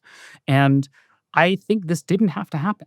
Like, I think we got lucky in a large degree that this kind of thing happened. Like there are other countries, there are other places that are modern nations that don't really have that. They don't really quite have, the full freedom and the full human rights, and stuff like this. In fact, it's probably most of them, that don't really have all of this. We got really lucky. And this was because of a lot of great people coming up with good ideas and building good states, building good systems. There's problems with the American systems, but that's normal. Like when the Constitution was first drafted, the fastest way to, send a message was a guy on a horse with a letter. This was as fast as it went. So you had to build a system that worked. Like, why do we only have 4-year election cycles? This actually doesn't make any sense. The reason we used to do this is because you actually had to physically go to the Capitol to vote. And doing that more than every 4 years was just too big of an imposition. That's the actual reason. There's no like reason that 4-year terms is like good for people or something. Like, we could have like, weekly elections, about, specific niche topics. We could vote on every bill. You could have an app on your phone where every day it pops up where like, here are the 3 things the government wants to do today. What do you think about them? There's no reason we couldn't do this. They were pretty quick when we're in the pandemic to give everyone, we're going to create an app where we're going to know if you had a vaccine or not.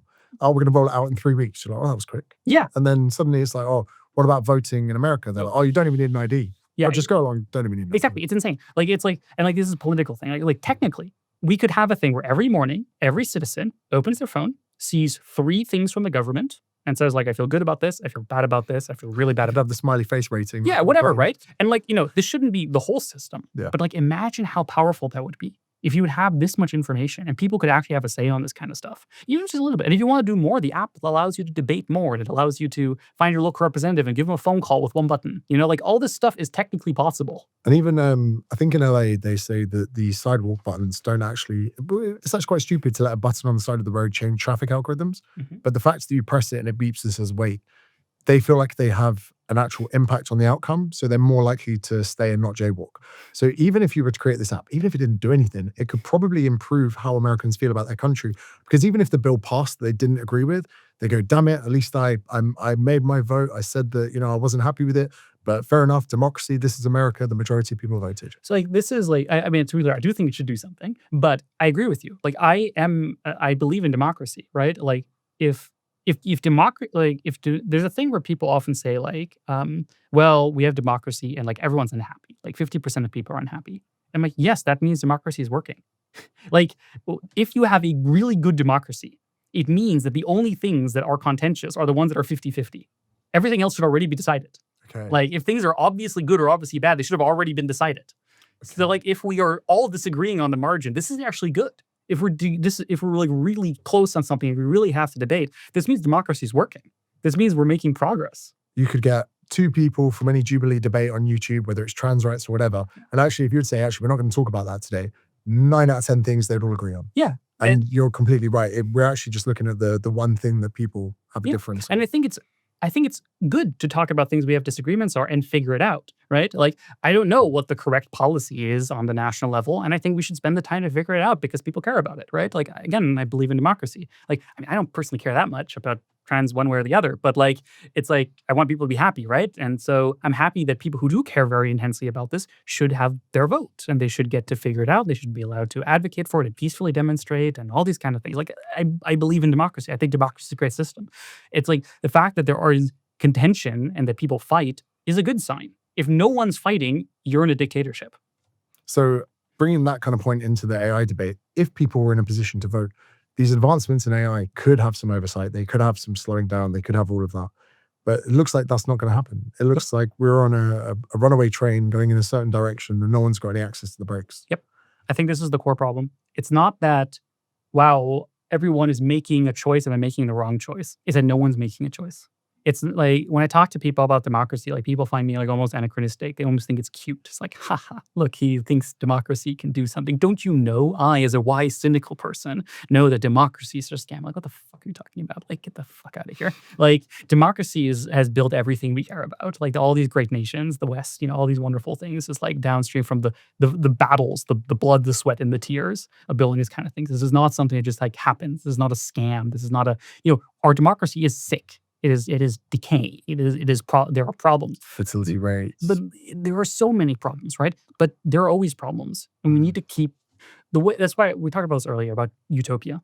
I don't believe in utopia. I don't believe in a master plan. I don't believe in a master constitution. I believe in progress, in a process, in updating, iterating.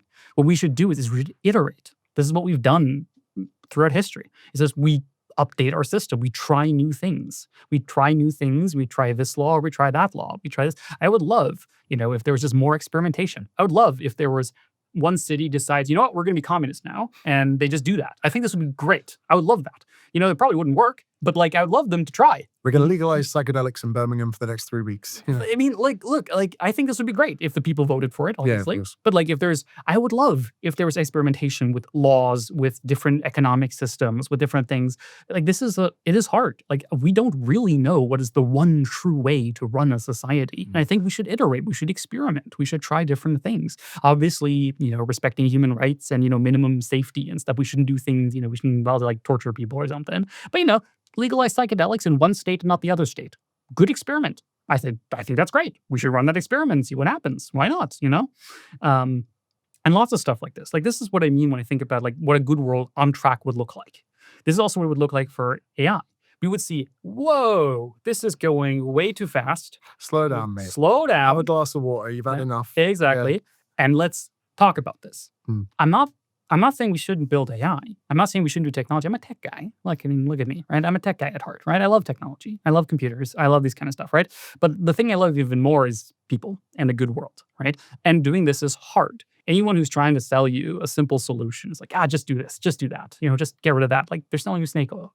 We don't know, and we need to experiment. We need to try. And the problem with AI is that we don't get a redo. If we mess it up, it's over. So we can't, just like build superintelligence to see what happens. And when you say over, do you mean extinction? Sooner or later, probably. Like, by default, I expect a superintelligence will not care about us. It will just treat us like ants. I don't think it'll hate us. I don't think he's being evil. It's not going to torture us. But it's just going to be like... Oh, we don't need... Like the cows. Yeah, like the cows. We're not eating you anymore. Yep. Goodbye. And then just slowly we phase out. And, I don't know when or how this will happen. But for me, the point of game over is really when we lose control. Since humanity first, picked up the spear and fire, the planet has, and like the future has been ours in a deep sense. It's like humanity's birthright. In a deep sense, the stars belong to us currently. There's no one else contesting them. The world belongs to us. The stars belong to us. We can do with them, we can build the world we want to build. I'm not saying we know what it is, but we can do it. We're allowed to. We can make a world where everyone might be happy. But we will lose that birthright once there is something more intelligent than us that does not share our values. And that's what's currently happening. And that's the thing I don't want. I don't want us to lose that. Just before I ask you what your kind of ideal solution, action points that we want for humanity, what I would love, and I know this is very difficult because you're very objective as a person. Let's imagine out of context that we're in a pot that's going to slowly boil to the point that you die.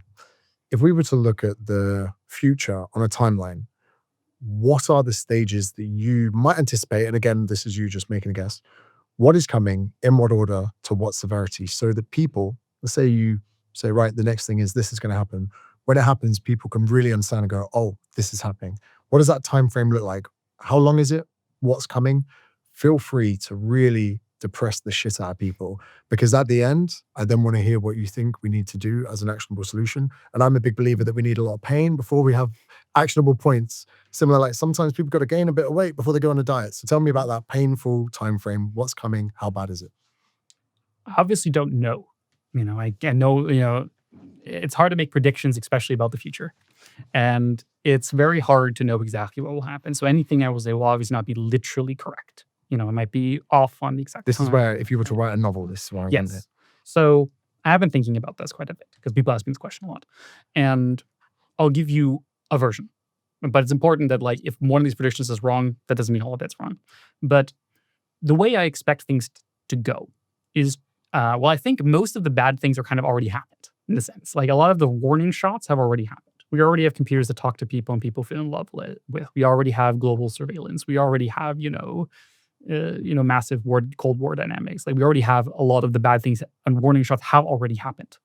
I remember distinctly when I got into the field of AI, 10 years ago, people talked about that, like, we will know we've hit AGI and, like, we're going to freak the fuck out once the Turing test gets passed, which is a test of, like, can AI trick someone to believing they're human over text? We passed that several years ago and no one cared. No one gave a shit. No one cares. We just forgot. So there is a story that is often told of, like, once we see the real thing, then we're all going to band together and we're going to save the day. I don't think this is how things really work in the real world.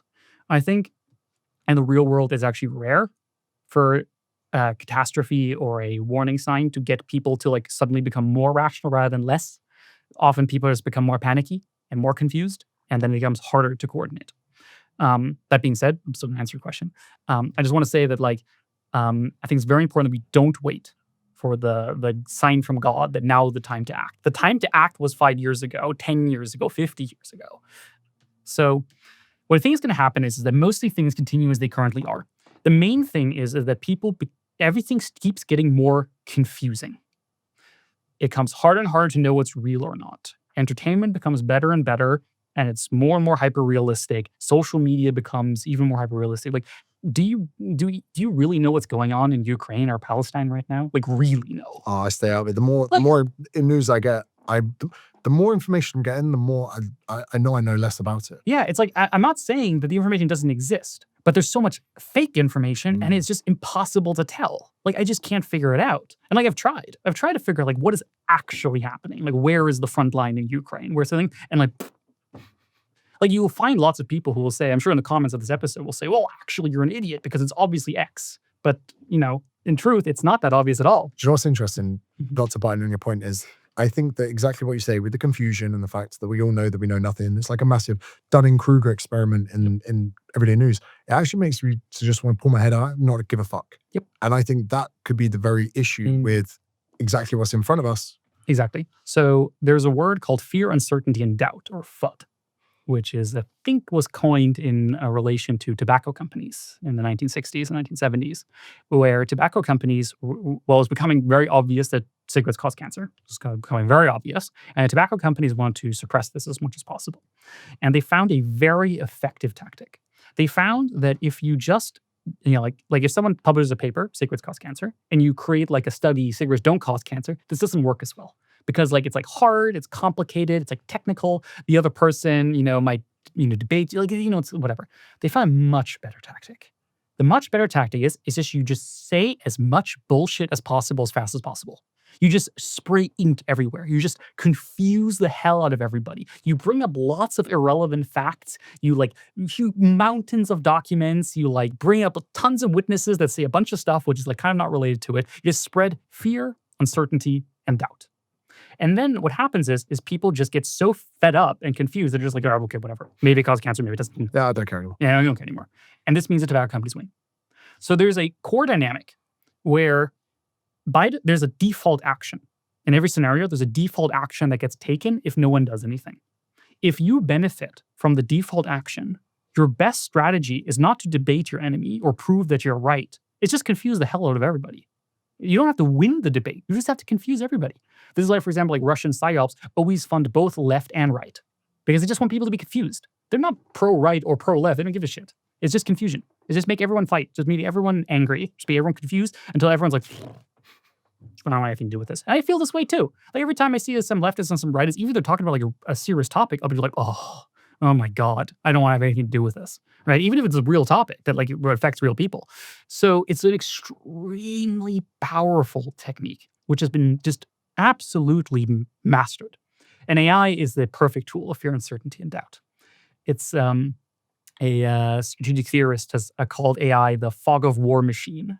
It's like a machine that generates fog of war, confusion, messiness, just makes it hard, like AI slop. Like you can generate, massive tomes of just stuff, which is true, is it not? That's So the main thing is that people will then continue to check out more and more, which is already what we're seeing, right? And entertainment gets better and all the real stuff gets more confusing and more full of FUD. So that logical thing is more and more people just don't know what's going on. They don't care. They become indifferent. They become indifferent. It's not that they decide to join the dark side or anything. It's just they're just they throw up their hand and look, I don't fucking know anymore, and they give up. And this is already what we're seeing. I just expect this to keep continuing. So more and more people just check out. They're just well, whatever. I've got bills to pay. I can barely afford to eat. Exactly. And I don't want to shit on these people, right? It is actually bad. They are the victims of warfare. They are the victims of psychological warfare, of economic warfare. They are being harmed, right? It is tough, right? In this economy, you can't feed yourself, your family needs stuff. And it's all, who knows, these people yelling at each other. Yeah, I get it, right? I'm not saying these are bad people. This is the normal reaction.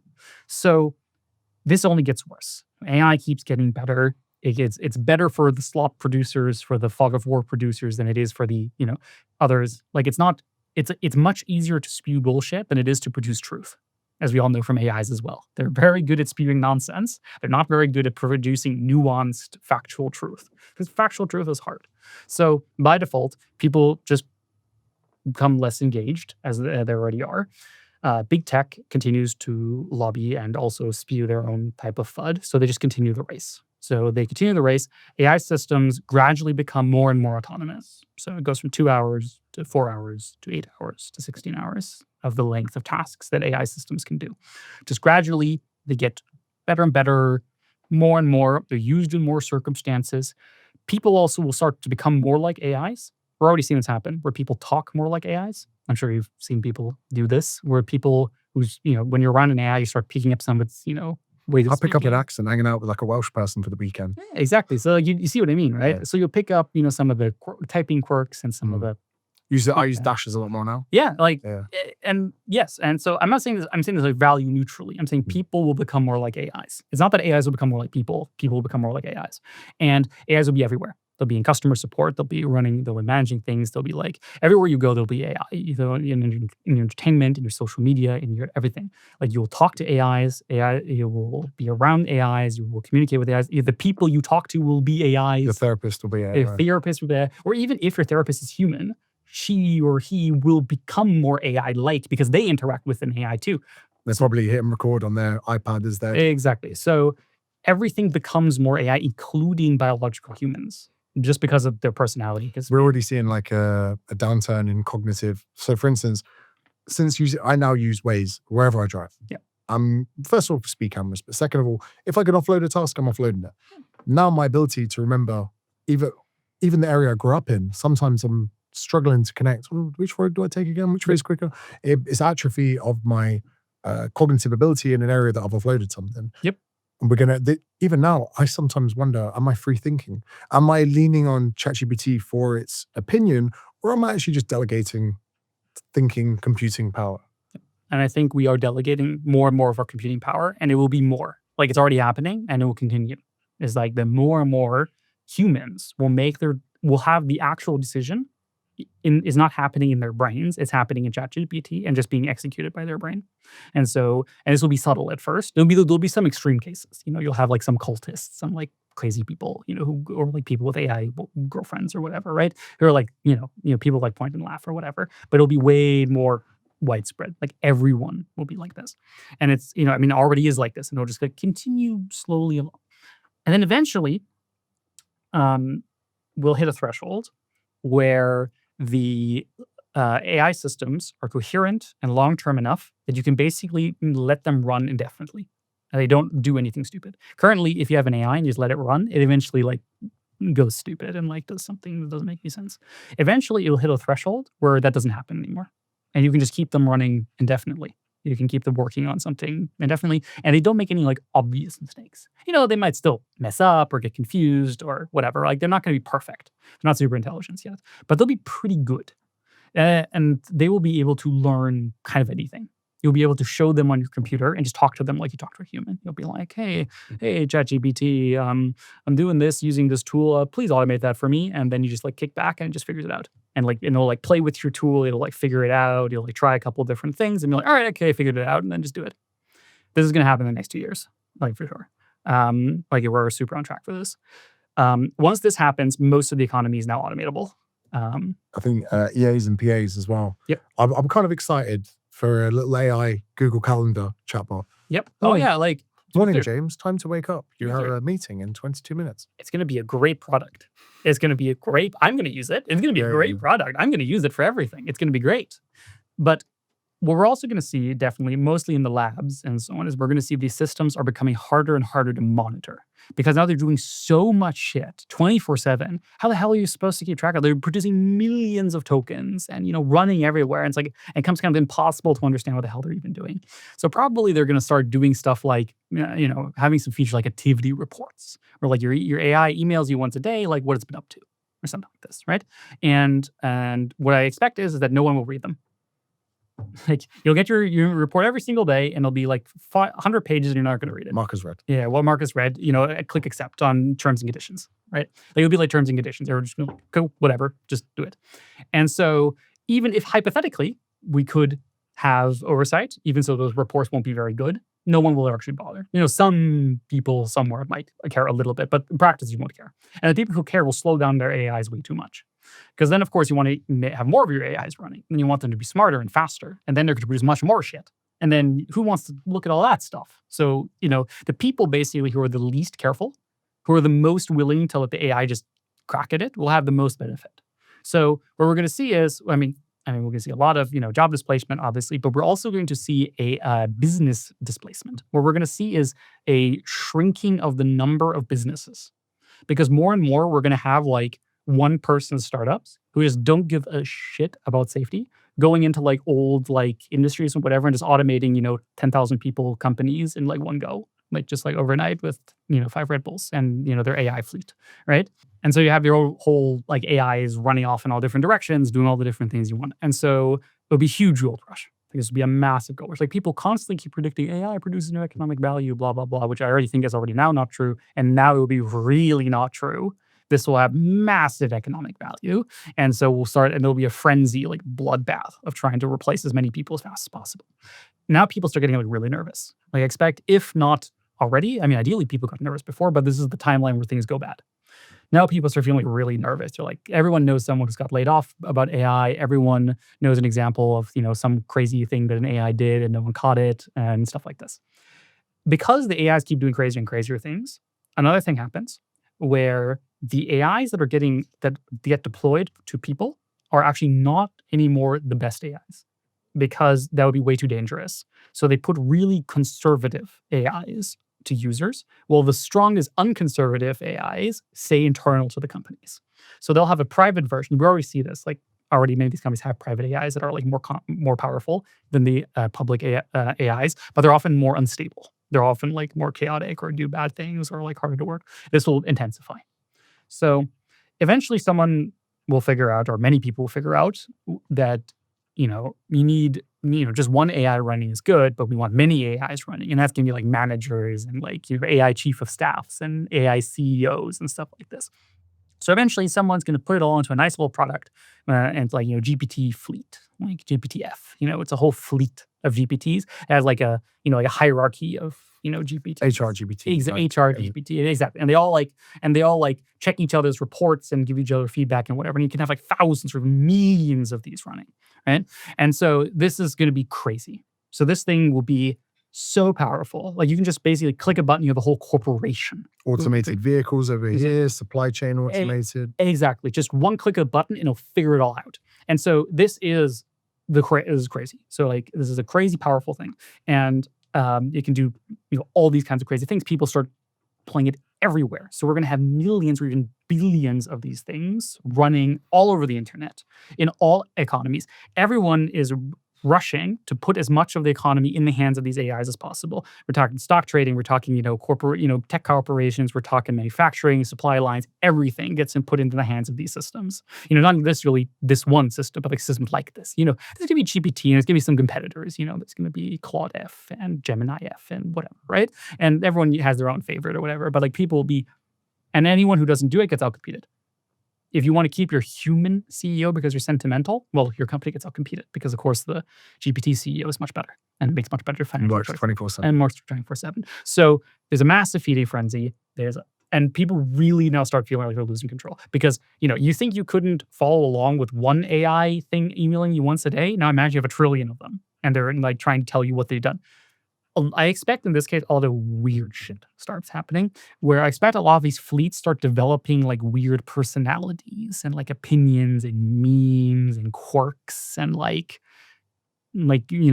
cultures. They start like developing weird preferences. Religions in a sense, right? Because you have like, and it's not that any specific AI, and it's just the whole system, like emergently will start, those same way corporations have different cultures. They'll start taking Tuesdays off and no one will know why. Yeah, whatever, right? Like they'll just be like, one of the logistics companies refuses to work with this one country for some reason that makes no sense, or it could be much weirder than that, right? Like one of them develops a weird obsession with some form of art or, who knows, right? Like, but like weird things, like things that don't make sense to us. Some of them, and one of them starts loving owls, who knows? And builds all the owl sanctuaries in the world, who knows? And then the owls are now above AI in the hierarchy. Yeah, suddenly humans must pray to owls or AI gets annoyed. Who knows, right? Like just nonsense. So there's a huge struggle, but again, no one really knows what's going on. So even if weird things happen, you won't necessarily know it because you can't tell it apart from all the other bullshit that's on your feed. So even if an AI does something crazy, are you sure? And then we need to think about the implication to humans and their mental health. And even if you look now, right, where you could say, sure, a lot of bad stuff's happened. You look at depression, anxiety, suicide ideation, all these things are big problems now.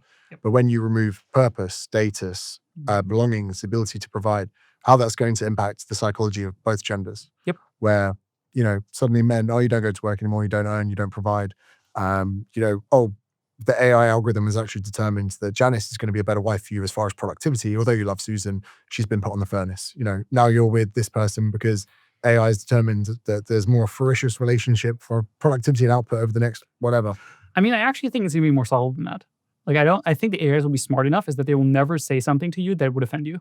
Oh, wow. Okay. Like they already are good at this, right? They're not going to become authoritarian. No, because you would notice that. And they're good enough to know that you don't want that.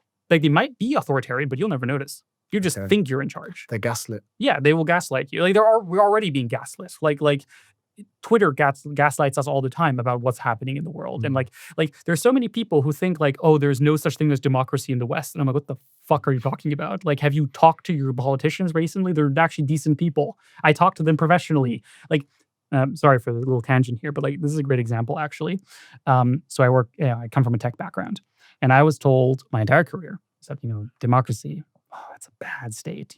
Politicians, they're so unreasonable. They're old. They don't understand anything. You can't even talk to them. They're completely insane. Like, it's useless. You can't even do anything. And you can't talk to them about AI or about, extinction. Like, that's way too crazy. They'll never understand it.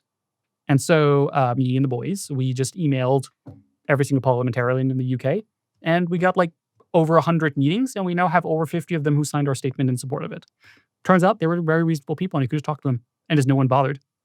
It was crazy how many of them I talked to who were just like, they've never talked to a tech person before because no one talks to them. Because they've been told, don't even bother. Don't waste your time. Yeah, don't waste your time. Well, you can't understand it. You're not smart enough. You whatever. And I get talk to these people, and they're intelligent, normal people. And like, to be clear, some bad people in the government, sure, some of them are bad people. A lot of them are just normal people who are like trying their best with their very limited resources to get, to do what they can do.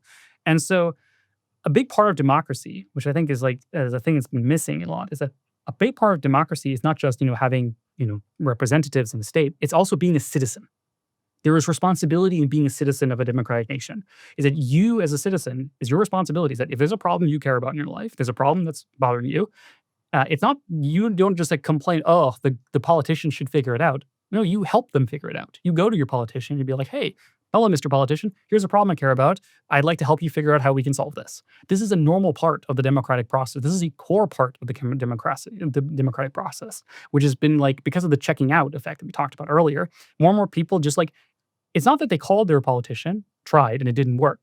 They just never even considered that you could call your politician and just have a chat and see what can be done, or try to figure the problem out yourself, or, grab the boys at the pub and be like, hey guys, how can we together, build a political force or something to do something. This is how politics happened, all throughout the, 18th, 19th, 20th century. It was very common that, political change started at the pub. You and the boys were like, hey, we really care about this. We should get together and like do something about this.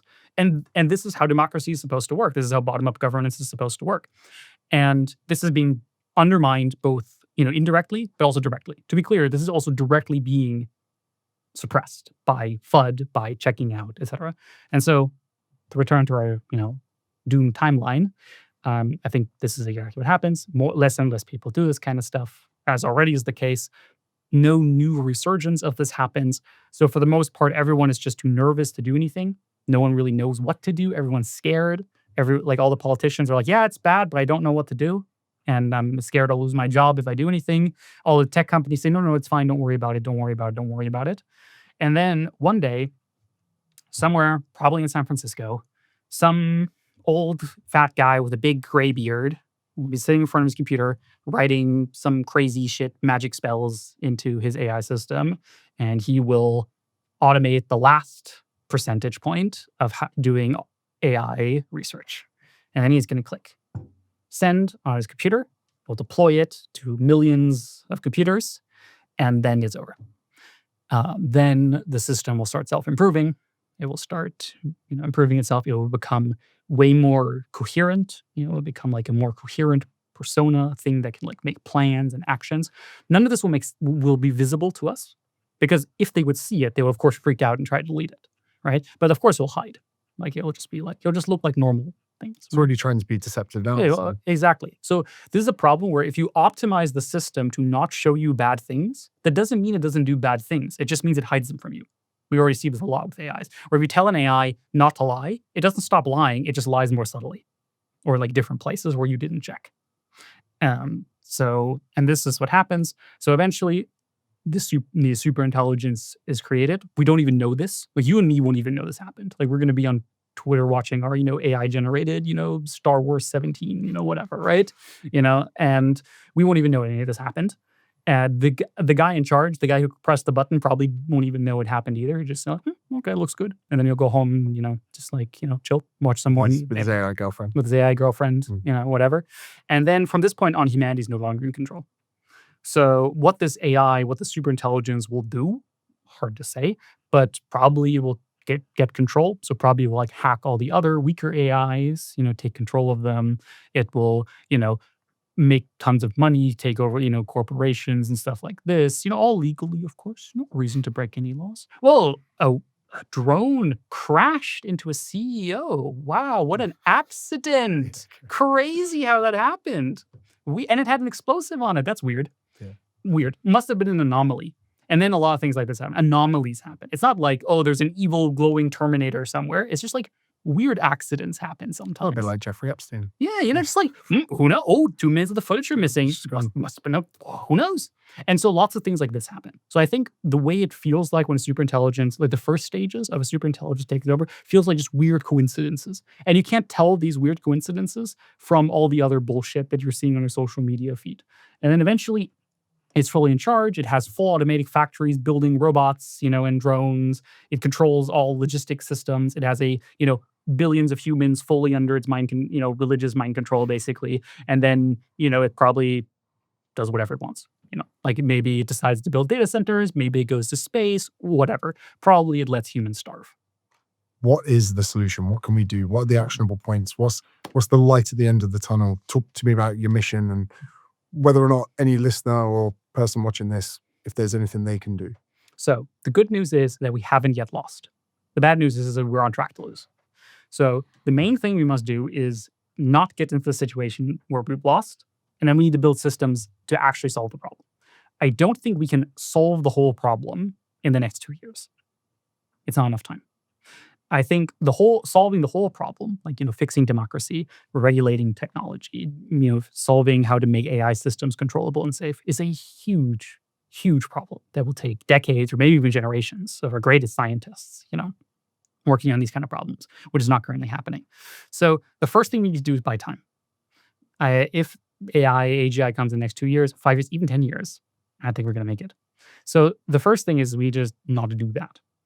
The good news is we do have a mechanism that is specifically designed to do this exact thing and solve this exact problem. And it's called the state. The government one of the main functions of a government is if some guy is doing something that's really dangerous for everyone around them, they stop him from doing that.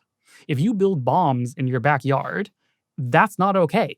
I mean, you blowing yourself up, whatever, right? Like, I'm a pretty liberal guy. If you want to blow yourself up, it's not your problem. Right? Darwinism. Like, it's not good. It's not good, but like, But the thing is, you're threatening your neighbors too.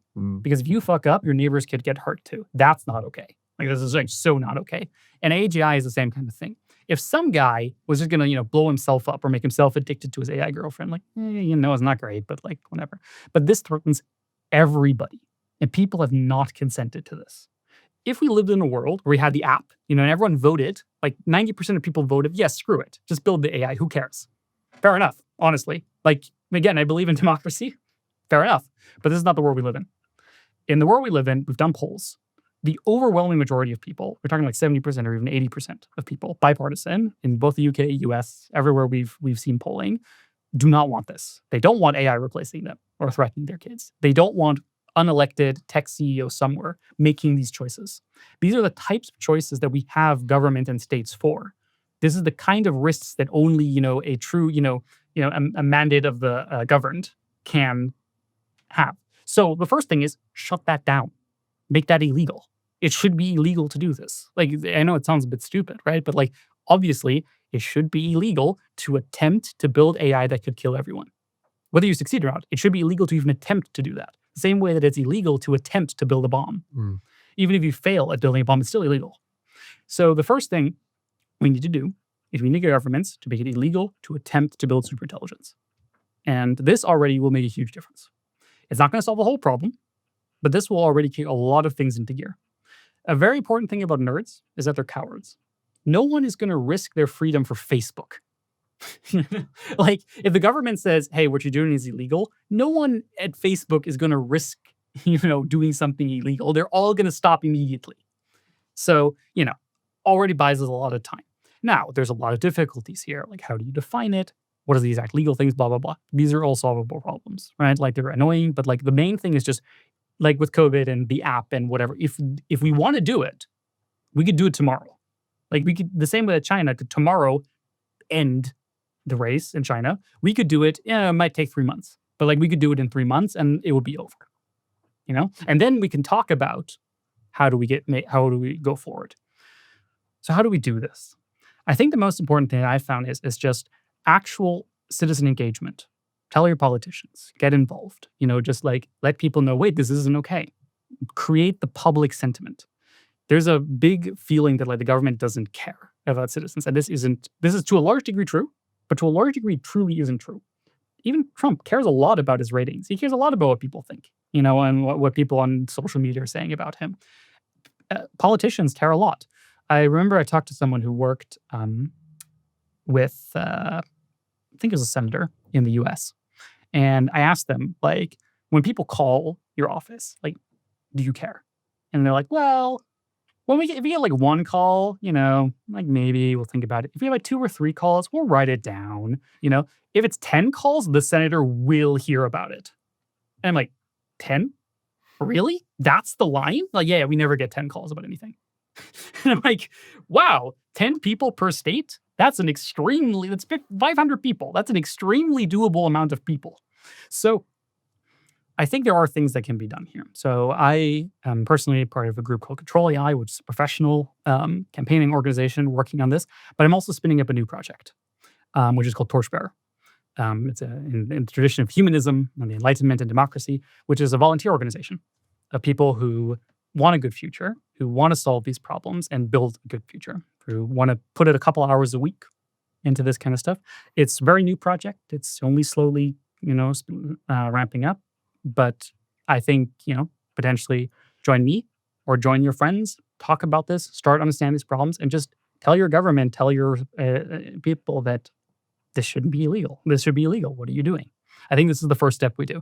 Then, if you want to, we can also talk about, okay, after we have bought some time, what do we do then? It's a more complicated problem. The first thing is we just need to buy time. Now, I know what you're probably thinking, and what many people think. What about China? What about China? Okay, great. The US slows down, but then China goes ahead, blah, blah, blah. Similar with even energy and natural resources and everything. Like the UK, net zero. It's like, well, cool. What's it going to do? Everyone else is just going to keep going. Exactly. So this is a genuinely hard problem, to be clear. I don't want to deny that this is a hard problem. Diplomacy is hard. I once gave a speech in the House of Lords and had a really fun experience. It was great. And it was really interesting, a very different environment and so on.